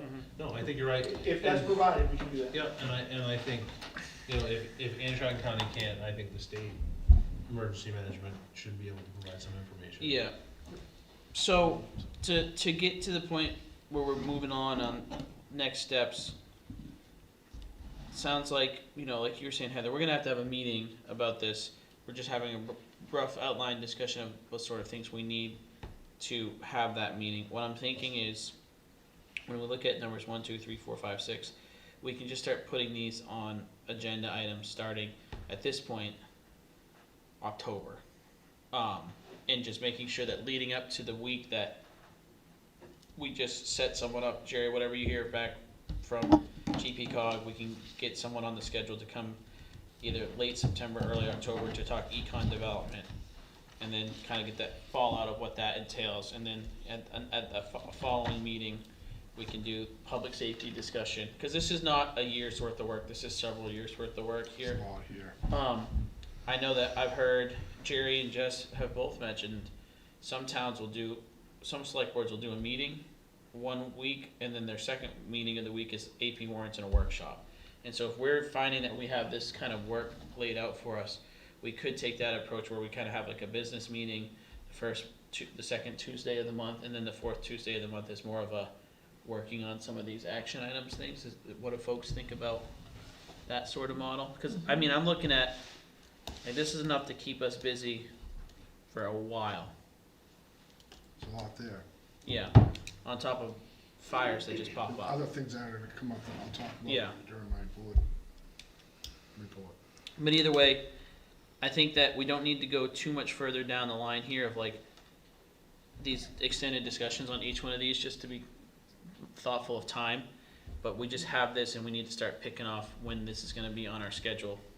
And we have this prioritization here. Heather? So we have August and September rolled out for the law enforcement Yep. moving forward, right? And then you're gonna find out about the economic development. And so that, I think, is getting pushed into October. Yeah, And- so Jerry can report back next week meeting and say, this is what I found when I asked GPCOG about economic development. If it's, yeah, we can send someone to talk with you, let's put them on an October meeting. If it's, no, we don't have anything like that, we need to talk a little bit more on how to get Right. those next steps. I think going into the winter, even if, I would like to schedule Roberta, like, if we could, at October 8th, at the October 8th meeting. Just to see how much work she had already started on this and what she was able to find out and, you know. Well, I think that's a good point too, because if there's a community-based approach for this aging at home thing, I know we're just all banking on, like, there's gonna be a lot of foot traffic in November at the election. So if there's a, hey, sign up if you wanna be part of the Right. Durham community network of elderly, I don't know, some acronym or something. I think having that in line for that November 7th is Or even if important. you're just interested in being part of it, right? So Yeah. that we can start getting some kind of list together of people that might wanna take part and anyway, I think we should have, I don't wanna keep talking about this stuff because Yeah. I So think we let's should put put it on that on October October 8th, 8th. if that works for everyone, Yeah. and then, Do you want to reach out to Roberta? yes. Can you, maybe she could send us an email with just a summary of what she's done to date? And in where advance she- would be where she really thinks nice, we yeah. need to Yeah. go, that would be good information. Cause I do think there's a point there with, the Durham churches Mm-hmm. and getting some input from them and, also LACO. Maybe there's something that we wanna talk to LACO about. It's like Lisbon area Christian outreach, which is Did they I think contact? They there's do the 9 food towns. pantry. They do the food pantry. Okay, Yeah. yeah, yeah. 3 towns, there's 13 churches. 13 Mhm. churches, Did they 3 find a towns. new location? Not yet. So what I have down for action items under the resiliency, public safety Topic. resiliency storm part is push QR code, push notification. I'm gonna contact Roberta. Are there any other action items before our next meeting that need to go on that list? Do you want the EMA, or are we gonna default to when they say the timing is right? I think it's up to the two of them. I'll just write it, Mhm. so it's there, and then they can run with that. Okay, I wanna move off of this yep, now that we've cut a couple things planned out. We can pick up this conversation about when to get to number 3, number 4, number 5, and number 6 once we've actually started number 1 and number 2, in my mind. Does that work for folks? Mhm. Cool. All right, next thing would be, continue discussing on adjusting the fee schedule. I think we got through everything but the gravel pits. And I had a bunch of questions about how to proceed around gravel pits. I doubt we have any answers for those this week. You know, my question is just trying to better understand the function of a fee in addition to like the scope of it. So there's no, it sounds like we have an annual fee for gravel pits and it sounds like it has not been collected in a long time. And so first off, how do we go about saying we need to collect fees that we advertise our annual fees? The code enforcement officer last time said he just reached out to like trailer parks and said, hey, you owe your fee, and they said, okay, cool, yep, let's pay it. But he hasn't done that with gravel pits. In my mind, if we're supposed to be collecting an annual fee, it's not necessarily our fault that previous iterations of the town didn't do that. We need to start collecting what we have for annual fees. You know, that's just fair. Especially when some people are getting assessed annual fees and some industries aren't, even though they're both on the same line as under annual fees. My question about the fees is we've had this kind of discussion in terms of gravel pits may have a oversized impact on the roads that they're on, especially if they're on a town road versus a state road, or if the transportation of gravel in and out of them has to utilize more town roads, how's that impacting the roads? And does that come into our calculus around what the fee amount should be? $35 is very little money for anything nowadays. Like I spent more than that at McDonald's. Now I do eat a lot, but $35 is not a lot of money. So the idea that that's an annual fee for a 25-acre pit seems really off to me. But is the annual fee where you come where you're supposed to get those dollars from an extractive industry like that? I don't know the answer. Can I interrupt you for 1 second? yeah. I thought we did, not that I don't wanna have this discussion, cause I think this is a bigger discussion that needs to be had, but I thought at the end of our meeting, we adopted the 165, 165, sorry, 55. yeah. I misspoke on the $35. That's Okay. what it was when we started. Right, okay. But we just talked about how we don't have a very good handle on, where's that? On where to go with that. We talked a little bit about how in theory the town generates income from the excise tax on the equipment that is used to extract gravel through registrations, right? Like our dump trucks, if they're registered in Durham, that doesn't capture anybody who's coming with vehicles outside of Durham to take that out of there. There's no tonnage fee or anything like that the town gathers. It's not taxed as property because it's considered undevelopable land, so they're not getting taxed the same property tax that everybody else is getting. They're not getting that mill rate. So I just want it sounds like we need to have a bigger discussion about what's going on with the gravel pits. So, Josh, did you have something you wanted to I say? had one question, one comment. On the bottom of page 2, where it says end fee schedule, can we take out that second E, because it's really bothering me now that I've seen it? which Which packet? There's a couple of things that need to, right here. Sorry.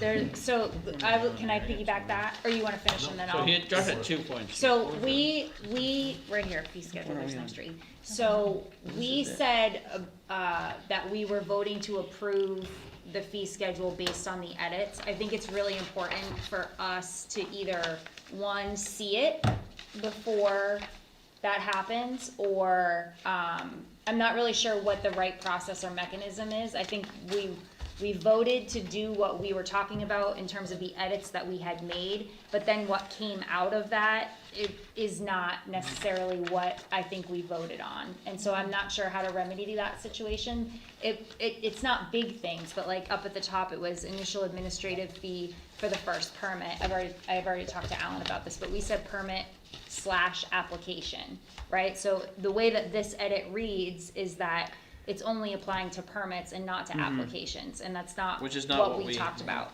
And then the other thing is under residential construction, all residential construction that adds square footage to the lot, it's not the lot, it's the structure. And so I think that we Yeah. need to review this before we approve this, So because this is there's, already on the website. I know, that's what I'm having a hard time with. Yeah. Yeah, because I see what you're saying. Do you 'Cause have- do you have right what here- edits that you like? right here, the old one, the red line says right at the top, any application/administration fee.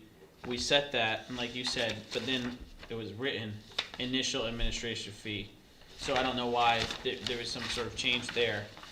So I think what might be best, you seem to have a keen eye for these edits. If you want to go through and annotate where there was not a change in policy, but a mistake between what we voted on and what we have in front of us right now.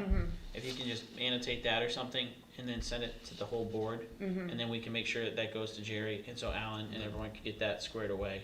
Okay, I'm happy Because this to is do not, that. I those would- edits aren't changing the nature of what we approved. It's just saying, no, this is, we approve /administration fee, Right. and you didn't include But that. I do want the board to look at it, because Yeah.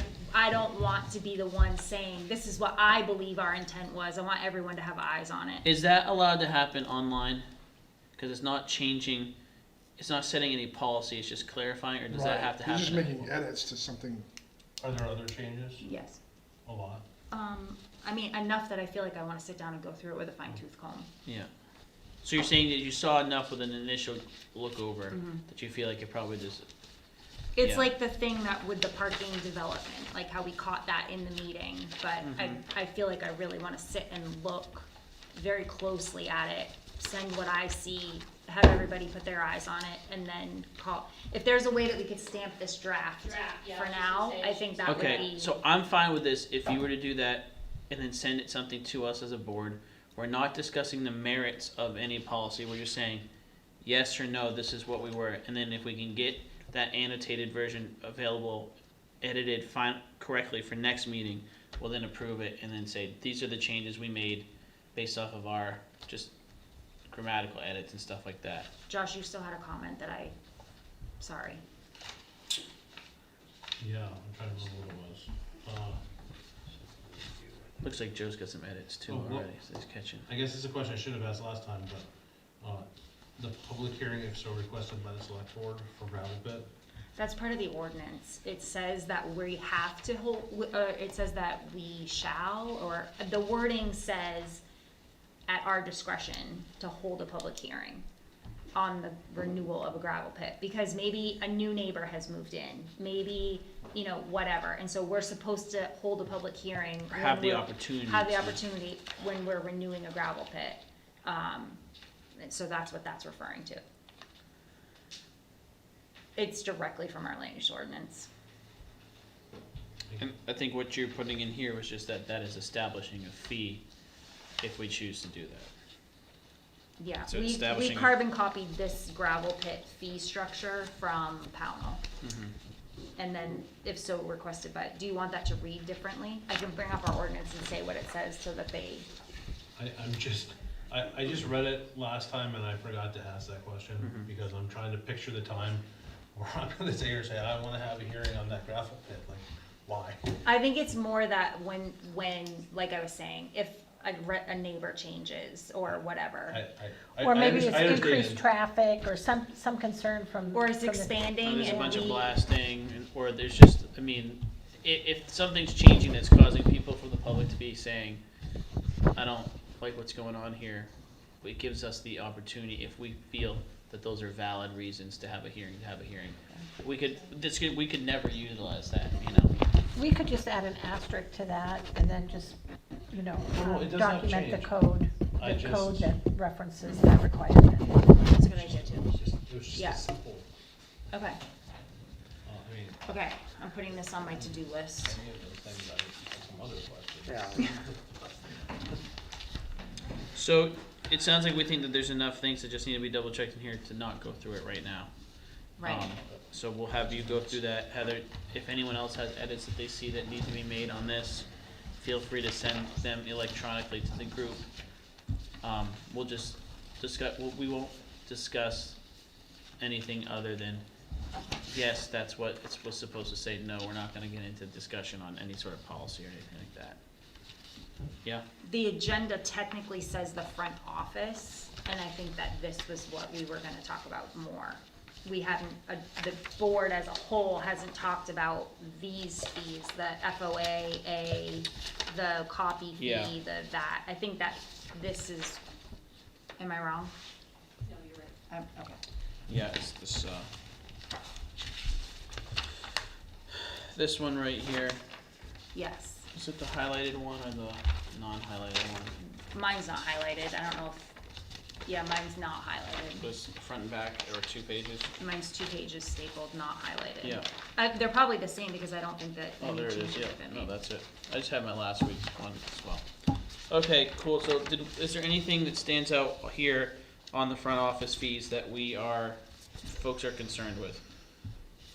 Heather? After talking with town staff, one of the things that, the notary services is that we charge a flat fee of $5, for non-residents, and residents are free. What has been talked about with town staff is that the first page be free. Some people come in with very long documents and every single page needs to be notarized, and that turns into a different situation in terms of staff time, in terms of notarizing a 1-page document versus a very long document. And some people come in with multiple family members because they're signing a will, But this or, you doesn't know. say anything about residents under the notary services. Correct, because right now residents are free, correct? Correct. And so I'm not suggesting that residents should not be free. I think the first page should be free, and then I think if it's turning into a situation where it's more than one page, So- that's what's utilizing staff time and where we need to be charging. Question I have there, so maybe Jessica, you can answer this. $5 notary service for non-residents, is that whether they bring in 1 page or 100 pages? I mean, I interpret it how you would, I just $5 and then notarize whatever they bring in. Okay. And so, the only thing is if we're saying first page is free for residents, how do we start charging them after that? Just $5 for the rest of it? How often do people come in for notary? Notary service for residents is quite busy, and sometimes very busy, especially when something happens at LOB, and I have to notarize a lot of LOB documents. But yeah, on a weekly basis, notary service is pretty active. Non-residents, almost zero, to be honest with you. It's mostly residents. They're quite happy Yeah. when it's a quick 1 page, but like Heather was saying, like I'll get instances where, like she said, it's families come in. I used to bring them into the meeting room. I'm notarizing a will. What's Power of attorney, living Yeah, will. Exactly, Mhm. and witnesses. All Josh stuff, right? Well, I mean, Witnesses, look, so, people like, make fun of my we get signature, multiple staff involved. and, you know, and I tell them, you know, that was from notarizing mortgages and other, and so I get it. So, do we think that first page free and then Well, $5 First- after document, I think, is better, not. first document free and then $5 for additional When you per say, additional document? when you say document though, are you saying like one will is a document? Yeah, Okay. that's what I would say. I would use their discretion to what they consider a document. So if they have to notarize it in 2 spaces, but it's the same document, that seems to be one document to me. Like a mortgage, you notarize the mortgage, but you have to do like 10 other documents that you sign with the mortgage that are notarized. But I don't want it to turn it into you get your mortgage notarized and it's $50 because there's 10 other documents. You know. I mean, you're not gonna come to do a mortgage. But I know you're not going to do a mortgage here, but I guess that's not a good example. But Can I give you an example of what other towns do? Sure. $2.50 to $5 per page. That's how it's listed. Notary fee per page, $2.50, and then the other town is $5. Our direct neighbors. Per I'm not page. per page. I'm not saying that we need to do that. I'm just saying that's what our direct neighbors are doing. I think it should be document, not page. Mm-hmm.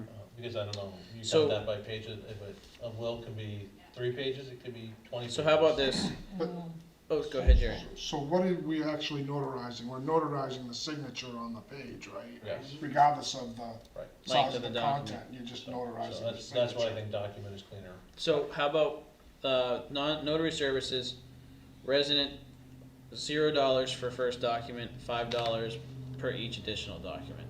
So moved. Any second? A second for discussion. Yep. Jessica, can you weigh in? Are you comfortable with that scenario? Does that feel like that makes sense to you based on what you do for work in that regard? Yeah, I would say. So you might walk out of a signing situation and say, $25.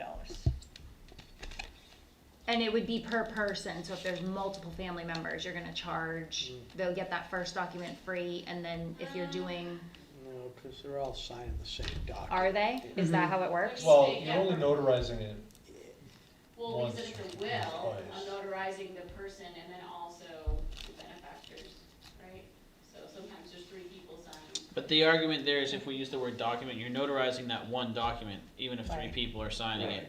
You're not notarizing 3 separate documents. So it's not like they're saying, oh, hey, on top, now it's saying, oh, I'm getting my will done. Can you also notarize A, B, and C because I'm here?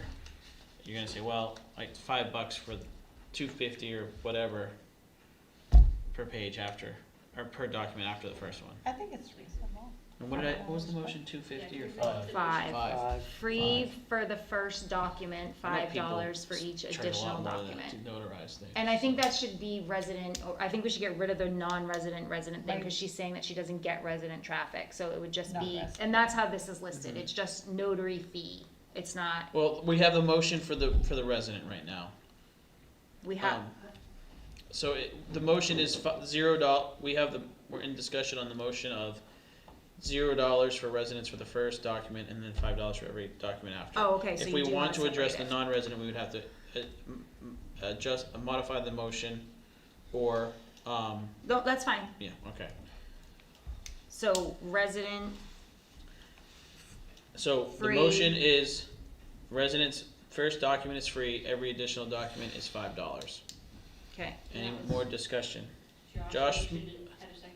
Yeah, Joe, Yeah. I think, Josh Oh. and Joe.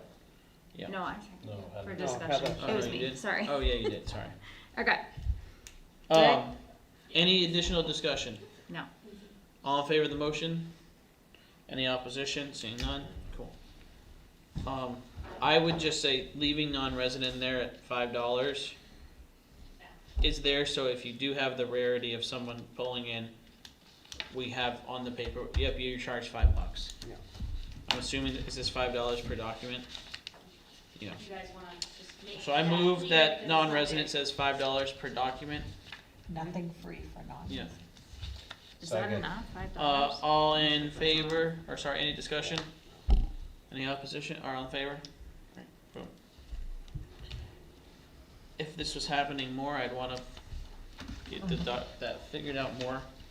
Okay, anything else on this fee here? The only thing I would say, this is a pet peeve of mine, and maybe I'm not grammatically correct, but when we have a cent symbol, and it says cent.10, that reads to me as 1/10 of a cent. Whereas if it was 10 cents, it would be a dollar sign, Should be a dollar sign. .10. Yeah. Oh, I see. So this, how it says cent.1, this should be a dollar sign. Not that I'm gonna come in and cut up my Black pennies. and white pages, same thing at the top. Yeah, Yeah, we'll have His to. original type has probably been here since the I'm gonna say. haven't changed it. That was the old hand crank machine. yeah. How often do we serve the residents with making copies of I things? used to run one of those. Jess, how often do people come in and ask for copies? Not too often, no. I mean, we'll get, realtors and they'll want, copies of property cards. That's why I'm it's not retired. too you busy. know. Does $1 cover the cost of an 8.5 by 11 color copy?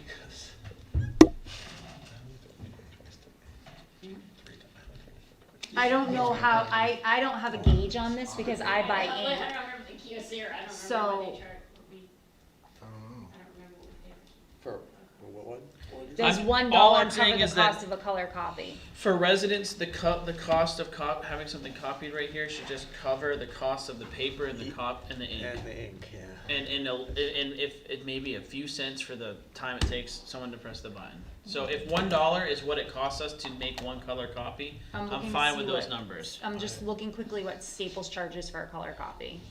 I think everybody. Because our contract, we don't pay for copies. Color- We're just paying one yeah. flat fee for the, Return for the lease. check. We used to pay for copies. Color copies don't happen hardly ever. All right, in black and white copies, we got So 0.5 cents. ours is in line with what neighboring towns are. Perfect, we're good. I don't So- have any other questions. Okay.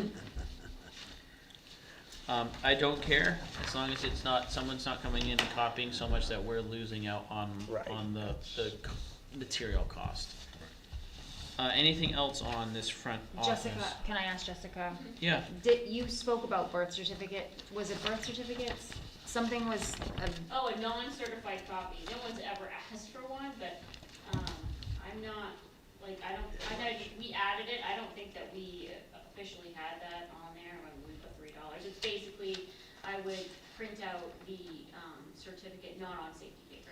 So I just have to go into the database, find the person, print it out, give it to them. Okay. For non-certified. so you're comfortable with the $3 fee that's listed there for that? I guess my question here would be, Jerry or Jessica, is there any number here that you are not comfortable with? Above the Eureka Center rental payment? The only thing I want to point out is, I don't know if you guys want to alter it, the trash tags have been $3 since I was here. Mm-hmm. That's a huge discussion, don't know if I mentioned it, but I'm just gonna point that out. Yeah, that's a discussion we'll talk about later, soon, right, Yeah. it's on the agenda. Well, let's hold that to the next agenda And item. the other thing that you might wanna look at is, a marriage ceremony, I mean, we do perform quite a few marriages every once in a while, so. I Really? mean, it's $30. I didn't get any invites. I got married at our town office. It's Of very, course. very brief ceremony, I mean, it does take staff a little bit extra time, I mean, it probably takes me about half an hour to. Where is that for a here? marriage ceremony. Marriage certificates is down by the bottom, certified copy, Some- marriage some- What's the, license? what's No, the no, diff? Ceremony, Yeah, yeah, Where Is is this that? on here? the ceremony, yep, under notary services. For performing a marriage, Oh, notary service for performing a marriage is $30. $30, and it takes you a half hour? That seems fair to me. I wanna promote more people getting married at town office. Okay. My marriage costs more than that, so I probably should have done it, I should have reconsidered. I pay up to 50. Yeah. I have questions about a burial permit. Is it, I don't think we Hey, have I'm all getting of buried, those, I'm not those are paying it. state, Okay. I'd have to look into the burial one, but, birth, marriage, I mean, those are made, those are fees set by the state. and then cemetery lots? How do You we, see in the town report, like, I don't know when, maybe not last year, but the year before, there was one cemetery lot that was sold. Since I've been paying attention, I saw one, and it was $200, Yeah, I I think. think it's the same, yeah, it's $200. Okay, so that says how, to be we determined. own cemetery lots that we can sell? You do, yep, I didn't know it worked that way. Where's the cemetery? So, any of the town cemeteries, I would have to ask Tia. I didn't realize we owned some. some, Can I just tell you what the other towns are doing? sure. So lots established after 2015, resident lots are $300, and then perpetual care is $200, and then non-resident is $400 and $250. I don't have the information I need to make an educated suggestion on this. So we can leave that to be determined, and then we could have, and Just, I they don't know, come enough. to you I just to found out get now. a cemetery lot? Mhm. Okay, Deed, yeah, and that hasn't happened since you worked here? right. Okay. We're just really healthy. I think we should know which cemeteries in Durham are owned by the town. Oh, I have a list. Okay, can we get the list? I just don't know it because it's like a lot. Really? I have the list in my office. I mean, yes. that cemetery, I don't know what the name of it is right when you enter the Shiloh, Pleasant Hill Cemetery, There's one right? right here, there's one We- right here. That one, Yeah, yeah. that the There's a town dog owns. cemetery Does the behind town my house. maintain them? Yes. Mhm. Calvin's guys. I think as a Then why don't we just board, add it we in? should know what they are. Or And how maybe does they're it, on the website. and how does it work, like perpetual care? Do they pay $200 a year No, every they're dead. year? Well, I wonder, Catch that on the mic. so other towns charge that? I Yeah. wonder if that helps the budget line for like the public works Right. here for this. right, but who pays it? My mic's off. That's what I don't, so can we get Who more, pays what? perpetual care, they pay that annually to help, Like if you have a I don't know, that's what I'm cemetery, asking you. If you have a We'll cemetery, have you to look pay into that. $300 for the lot, and then you pay $200 for perpetual care. I'm No, not honey. suggesting that we I never do heard that, of I just don't know, I don't know what that means and who pays it. Yeah. I would guess the person that buys the lot.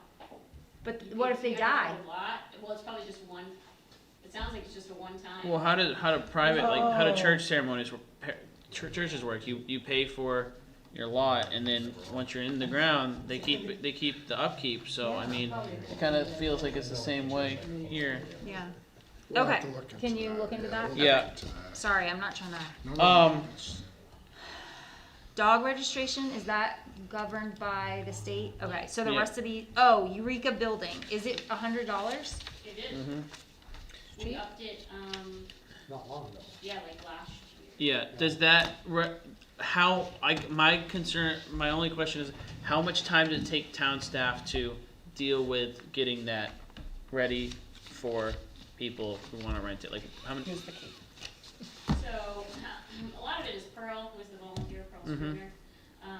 So we take the applications, we process the payment, we collect the insurance, then we contact Pearl, let her know everything's okay.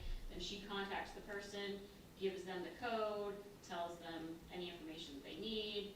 They go in, they have their function, they leave, Pearl tells us everything's okay, we give them their refund back, and then the cleaner comes in and cleans. so is it fair to say that it takes you all less than an hour of town staff time?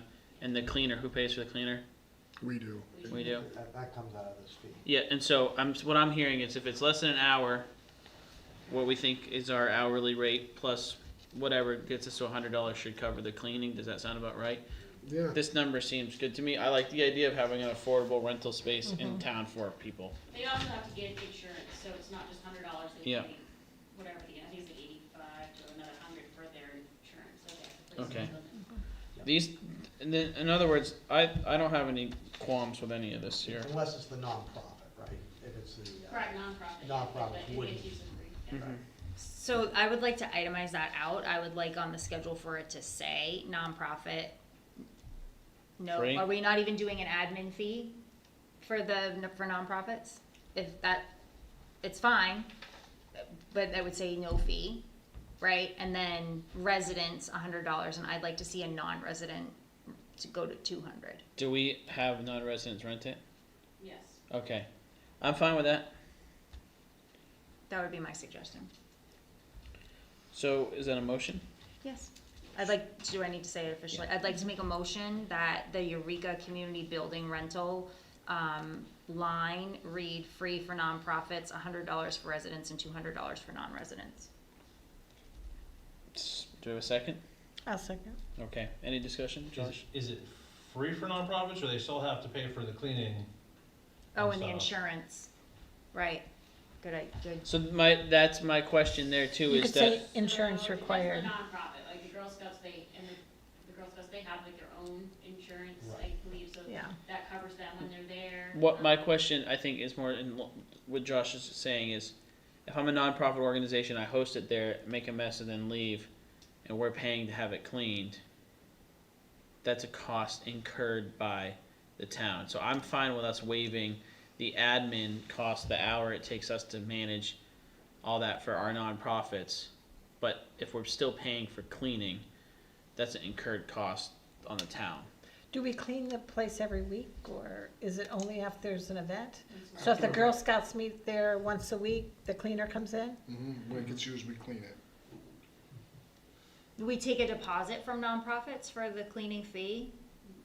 So maybe this is a procedural thing that needs to change. Yeah. Like if we took a deposit and it said deposit and then after everything's cool, deposit refundable. But at the same time, It's not. I mean, What she tech- cleans regardless. She's gonna clean that building once a week regardless. Okay, then Okay. if she's doing that regardless. Even if no one uses it, she's gonna go clean what she already cleaned? I mean, she might spend less time, but. That's, we left her. Maybe you oughta check in that. and look at the, you know. Right, right. I think Well, I think it warrants a at- cleaning once a week. at, Something goes at wrong. this point, I'm fine with just the motion as is because that's what we're doing, but it's at least explicitly calling it out here. We're saying we're already giving it to the nonprofits for free, let's make sure our fee schedule says that. And we're now adding it, doubling the fee for out of towners. I'm fine with that, and if we need to dive in more on the cleaning thing, Do we have an idea of like out of towners, what we mean by that? Like who's, Right, that's a good point. because it could Joe, be like the because- parents of somebody who's getting married or something like that, that I wouldn't Yes. want to Baby shower. Someone necessarily. giving a baby shower for a resident in town, that's, yeah, that happens. That's why I'm asking. I think I'm I not- trust them to use their discretion around that. yeah, what I would say is like, in my mind, if my in-laws wanna throw me a party, Uh-huh. I say, I'll rent the thing out. Or my wife would be the one who rents it out on behalf of my in-laws, save the $100, you know? But, I'm okay with, I see what you're saying Yeah, though, it's just- like, if this is grandpa and grandma are throwing a birthday party, you don't wanna say, oh, Right, so, How many other out-of-towners are doing that? yeah, no, that's what I'm not saying. trying to make it Yeah, we have a complicated. well, lot. I don't know I when mean, there's like I'm local, happy to what- design what something I like wonder that about is when that- there's like, Yep. like tri-town organizations that will be like, oh, we're gonna go rent for our Right. event or whatever, I don't know. Can I just show you all an example? And Sure. I'm happy to design something like this, even though I don't think we need something like this, but this is how, like, residents of, anyone not living in, nonprofit, and then business, private, public operating, and then if it's under 2 hours for the nonprofit, they don't do any charge for that, and it just says not applicable, but then it goes up based on whatever I like thing. that. Like if somebody wants to use Eureka just for the meeting space, but doesn't wanna use it for the kitchen, like they have that spelled out. Mm-hmm. Because I think that's what the law anyways, yeah, the nonprofit. And I'm not trying to make things complicated, I'm just showing an If this is what we think example. we need, I'd rather have this fleshed out and then Okay, us talk about it, okay, rather than trying to Right. go from the fly right now. So I'd be more inclined to, like, if that's something you wanna pull together and bring to a meeting. okay. And then the numbers can change, I could just Yeah. do the format. Okay. So, do you wanna withdraw your motion? Oh, I withdraw my motion. Okay, I perfect. forgot I had made one, sorry. Cool. Do we have to second the withdrawal, or is it just? No, if the person who made the motion withdraws their motion, you don't need to second it. Okay. So. Robert So I don't have understanding any rules. edits on the second page, is that correct? There's nothing changing on the Correct. second So page? far, the only thing we've changed is the notary services. Okay. All right. Let's save gravel pits for another day. Are we saving trash bags for another day too? Well, we're gonna talk a little bit about trash on the next agenda item. Okay, we got a half hour, we got a boogie. Yep. Where am I at Solid here? waste committee. Solid Waste Committee updates.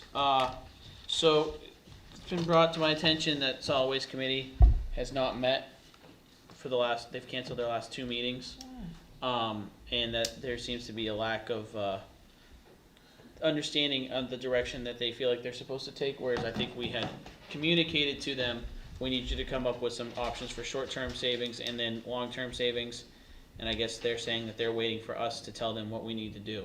And so they've canceled their last 2 meetings and some folks are concerned. So I think we need to have a discussion with them about what the next steps are. And it just makes me think of a broader discussion around, we have all these boards and committees that report to us, but we don't have frequent check-in points with them. And so I think we need to talk about getting monthly check-in points with our outstanding boards and committees to avoid these sorts of situations. What are folks' thoughts? Josh? I think a monthly update to Jerry like we do with the fire department and public works. If that's a concern and they're not meeting and we need to know about it, and then Jerry can say, hey, we need to add this to an agenda.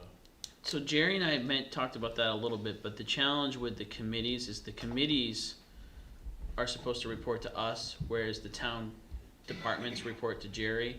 And so it makes sense for fire department to report to Jerry and public works to report to him and not us, because he's their quote unquote supervisor, whereas the committees are supposed to report through us. And that's where I think having them come to us to report, and then we can ask questions. Because like right now, when we see the report from Chief or from Calvin through Jerry, we're not asking Chief or Calvin questions. You're right, and I apologize, I should have been more clear. But I think the reports go to Jerry, who sends them to us as part of our agenda. We see them, if we have questions, we invite them in. Or if he has questions, he says, hey, you need to invite them in. But I don't think sending them directly to us, I think having Jerry and delegating that task to Jerry to stay on top of it for us is within the job description and something that is probably better suited than having all this direct communication with us when we shouldn't be responding. Heather? I think that the Historic District Commission has done this on occasion where they will send us a report and it comes to us in our agenda packet. I agree with what Josh is saying. I think that they should send it to Jerry. It should come to us in our packet so that it can then also be directly part of what is online for everybody to see. So that other people who are interested in what solid waste is doing, that report is part of the packet and they have access to be able to see that as well. So that's where I am on that. With the new website, can each committee be, triggered to put a monthly update, like a highlight page there where then we'll spit out on the agenda? So it is actually part of the record as well of their committee? Yeah, if they want to send a written update, we can add it to the websites, just like we do with these, if it's going to be Okay. an update to you folks every month, or once a month. But they can't put it on the website. Gotcha. Kimberly will have to do that. Yeah. I think the difference between just having them or Kimberly doing that versus a report coming to us is that it gives us the ability to read it, and then if we've outlined this goal for them and we have like a format of this is what your goal is, this is what your action steps are, this is what you've done, and that isn't moving, then we get the report and we can see nothing has happened on that action item, and so now we need to find out why, versus just putting the information up there for people to see. I think we do need to be able to make sure that things are moving forward and then bring them in if they're not. Yeah. I get your point, but also as a resident, if I want to go in and see what's the solid waste committee up to, I'm going to go into that section of the site. And if I look at it and say, wow, they're not making much progress, but the select board is on it just because the process is there. I don't think it's necessarily a bad thing that regardless of what the content is of the report, slow progress or heavy duty, that it's available to the residents. Yeah. So I think that there should be notes already being Monthly, taken and that are going, but I'm just thinking that we need to establish some sort of monthly reporting process with our outstanding boards and committees. I'm thinking planning board, conservation commission, appeals board when they're meeting, and those sorts of things, just because my observation is that a lot of these committees kind of are working in their own distinct silo, and we're not getting this sort of information, and then this is how something like this falls through the cracks.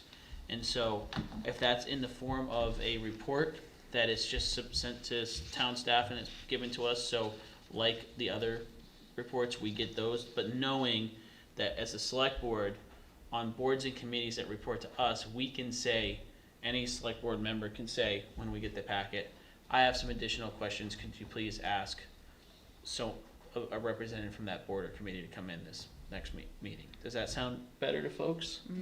Because right now, if I have questions for not that I ever do, but if I had questions about a report that Calvin wrote, I wouldn't say, Jerry, could you please have Calvin come in and answer questions for the board? We would just ask Jerry those questions. Whereas to delineate this communication between us and the boards, that should come from us if we have questions for the boards rather than Jerry, because it's like Jerry has always said, town staff are kind of Jerry's staff.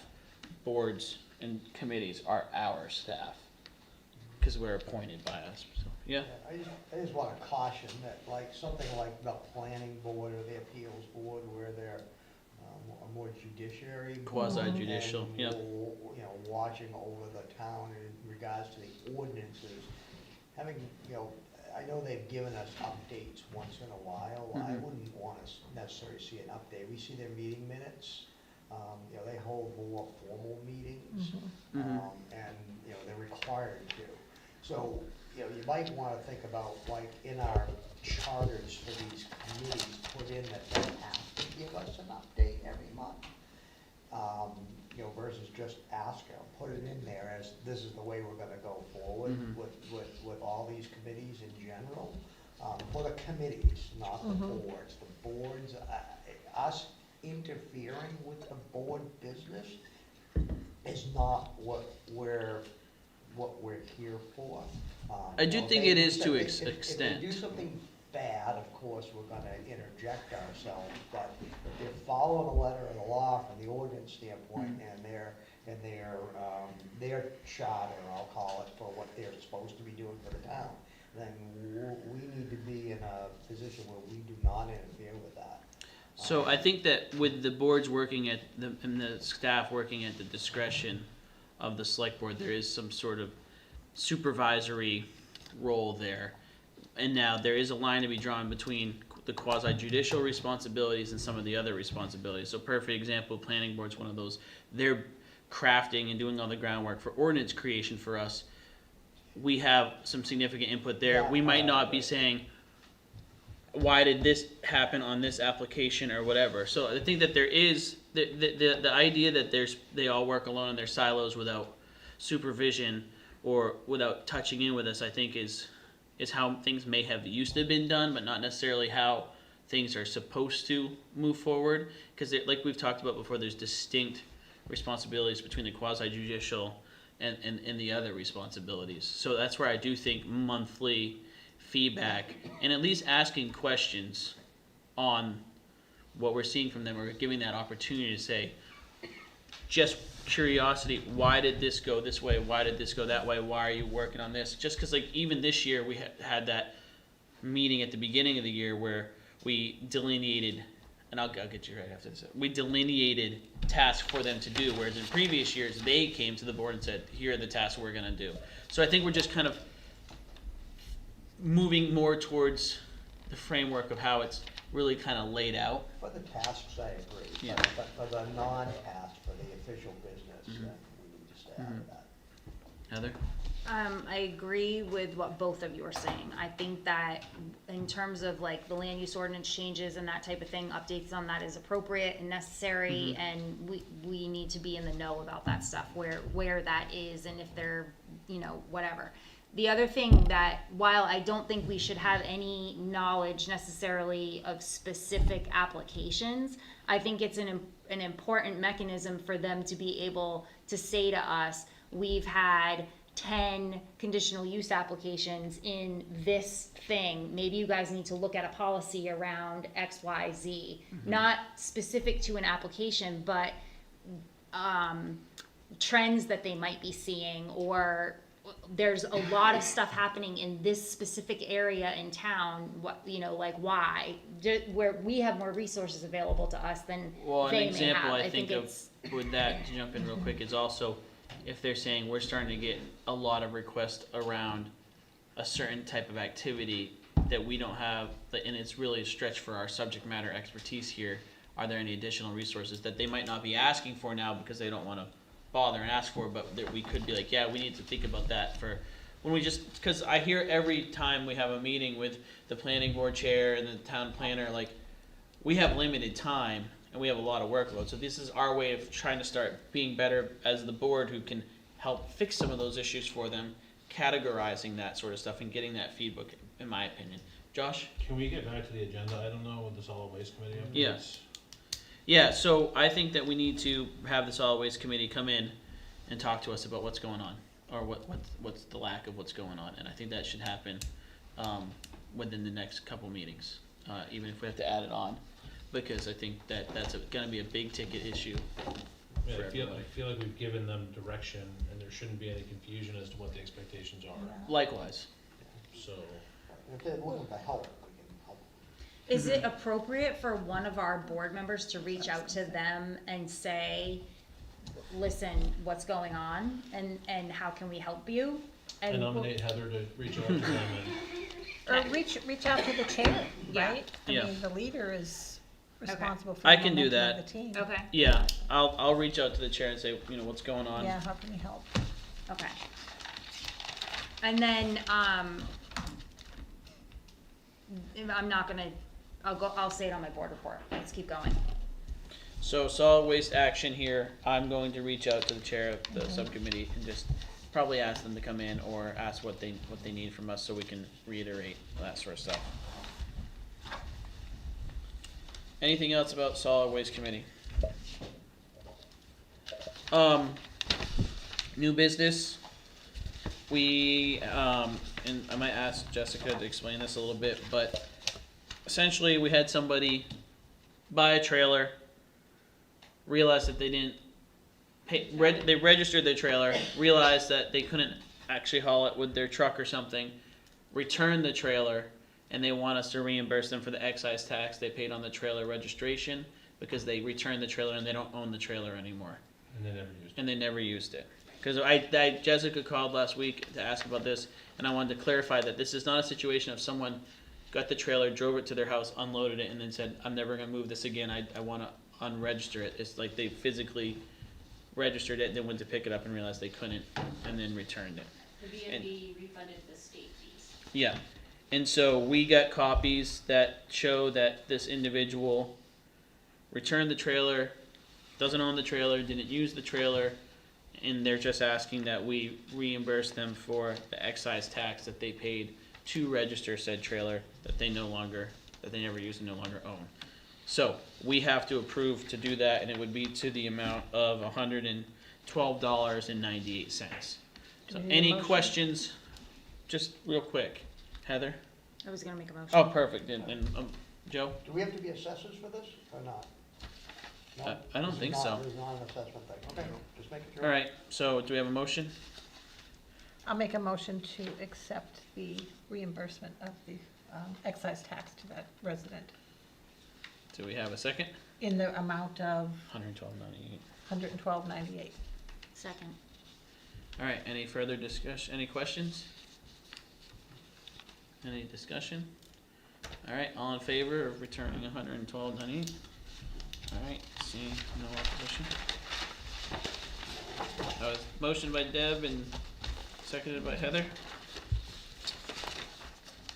Alright, manager report. Okay, well, thank you. Again, I'm returning this week after a few days off last week. So, again, the staff did great. One thing I want to make you aware of, I had a conversation with the town of Pownell. They started their automated solid waste recently. And they're having issues. So, You're talking the trucks. the trucks, the automated trucks, I talked to Becky and, well, she actually called me, just kind of wanted to let me know that it's, with the automated system, her phone has been ringing off the hook, missing bins, all kinds of different issues. So I just want we all to have an awareness that when, we're probably gonna run into some Oh, of yeah. those, All startup. same Yeah. issues, cause it's gonna be a change. I mean, one thing that we did that's gonna help is they're managing the bins. Pownell decided to manage the bins themselves. So that's a tough one, so Casella knows that there's issues, so I just wanna know that I've had that conversation. Another part of that conversation is that she knows that we have a solid waste committee. They have a solid waste committee. they've had it with the solid waste collection, so they are really interested in regionalizing with us somehow, some way, talking, what can we do in the future, moving forward, because they're on a 5-year contract too. But, and theirs just started, so they're a year into theirs, ours has just started. So they're willing to meet with our solid waste committee together to kind of like brainstorm together, how, is there something between the two towns that we can do?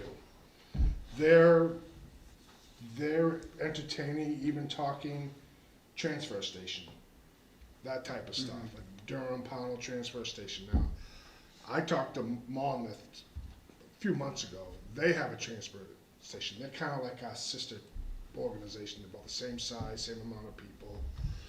It cost them $400,000 to run a transfer station, roughly, that's what it cost. We're at $380 right now with the collection and going up. So, I Sorry, would. quick question, is that 400,000 with a transfer station and pickup, or everyone's No, bringing their trash? everybody to the... brings their trash to the Okay. transfer station, so I would encourage this solid waste committee to get in touch with their solid waste committee and in the long term, try and work together if there's anything we can do together in that sort of situation, so. It was a good conversation, but it's been a tough transition. My guess is when we transition too, our phones will probably ring, so. Do you have any contacts in communities that are in year 2 or 3 of that transition to see if some of that volume goes down? I don't Yeah. know. I was gonna say, give the town of Harrison a call, because they indicated to me that they'd be willing to talk to us about the transfer facility over there. They put one in, first-class system, God, it's been 15, 20 years, I Yeah. bet. Probably similar to North Yarmouth, they do everything. Harrison's quite a ways away, though. It is, but it's about the same size. It is. They got Yeah. 500, 3,000. Oh, I thought you were saying like sharing a transfer station. No. Oh, sorry. I missed that. Information. Yeah. The whole idea Yeah. of and the cost of what it runs, and, you know, and they make some money on some of that stuff. Right, and there's ways to do that, so there's a lot of conversation that can be had around that and planning. And we think, 5 years is a long time, but, you all have had kids and whatnot, it goes quick, One day they're born, the next day they're graduating high school in a blink of an eye, so 5 years happens pretty fast, so I think this is good, a good opportunity to work with Pownell, work with the next town and see what we can do, so.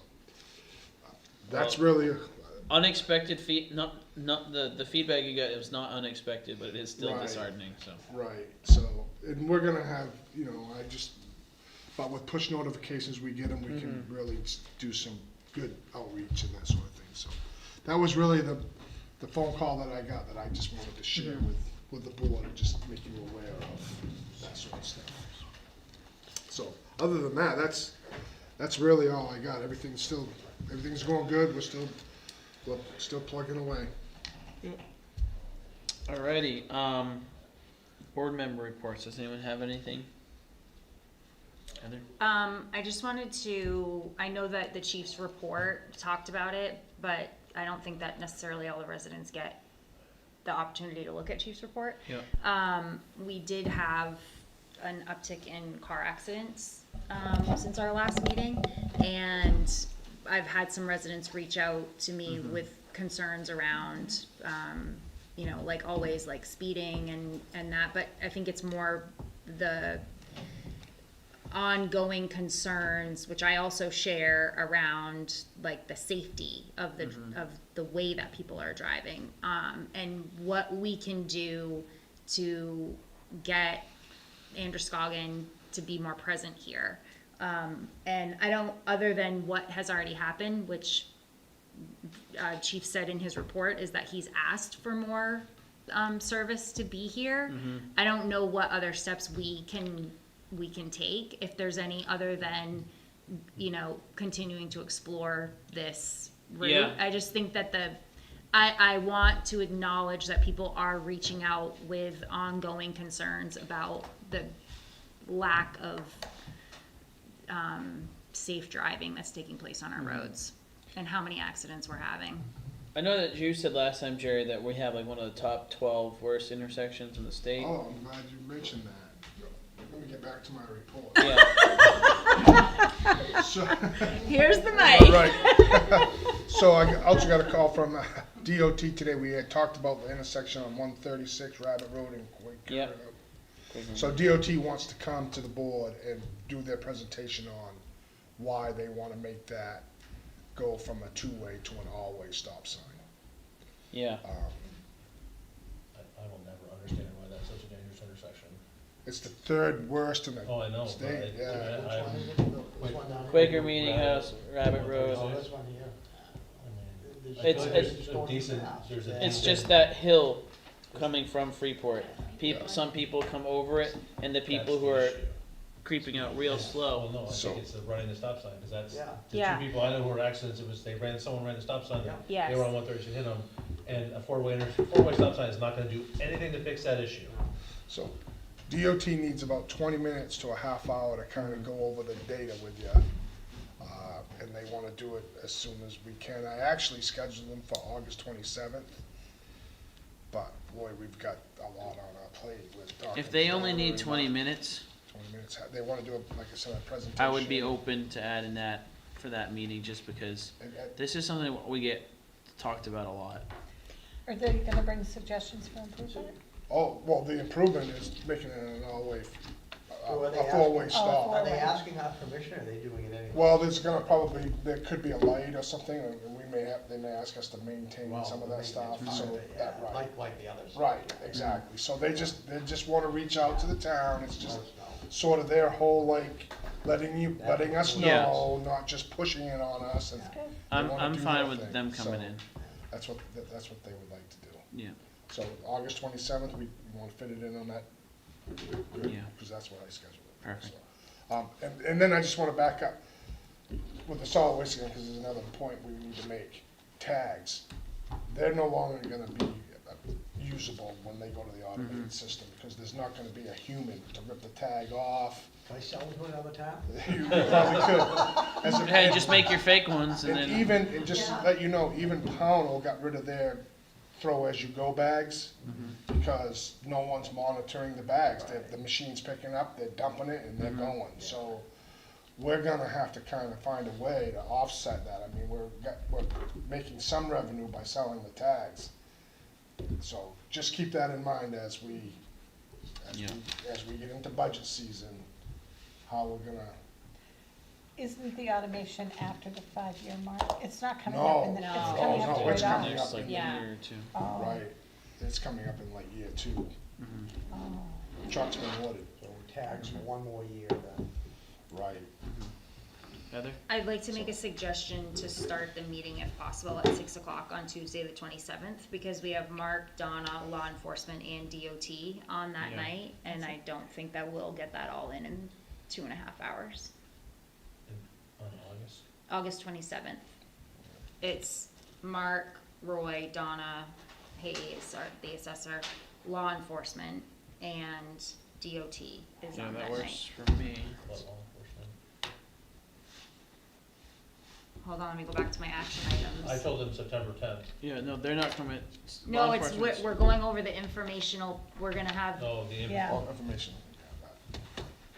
if you're I not really worried don't- about it, I it's don't fine. think that That'd should be take simple. long. We'll Okay, send it out in okay, so advance. 6:30, we're fine? Okay, Yeah. okay. Yeah, Ignore it. Yeah. Move on. so, okay, Alrighty, back, thank you, sorry for the. no worries, back to board member reports.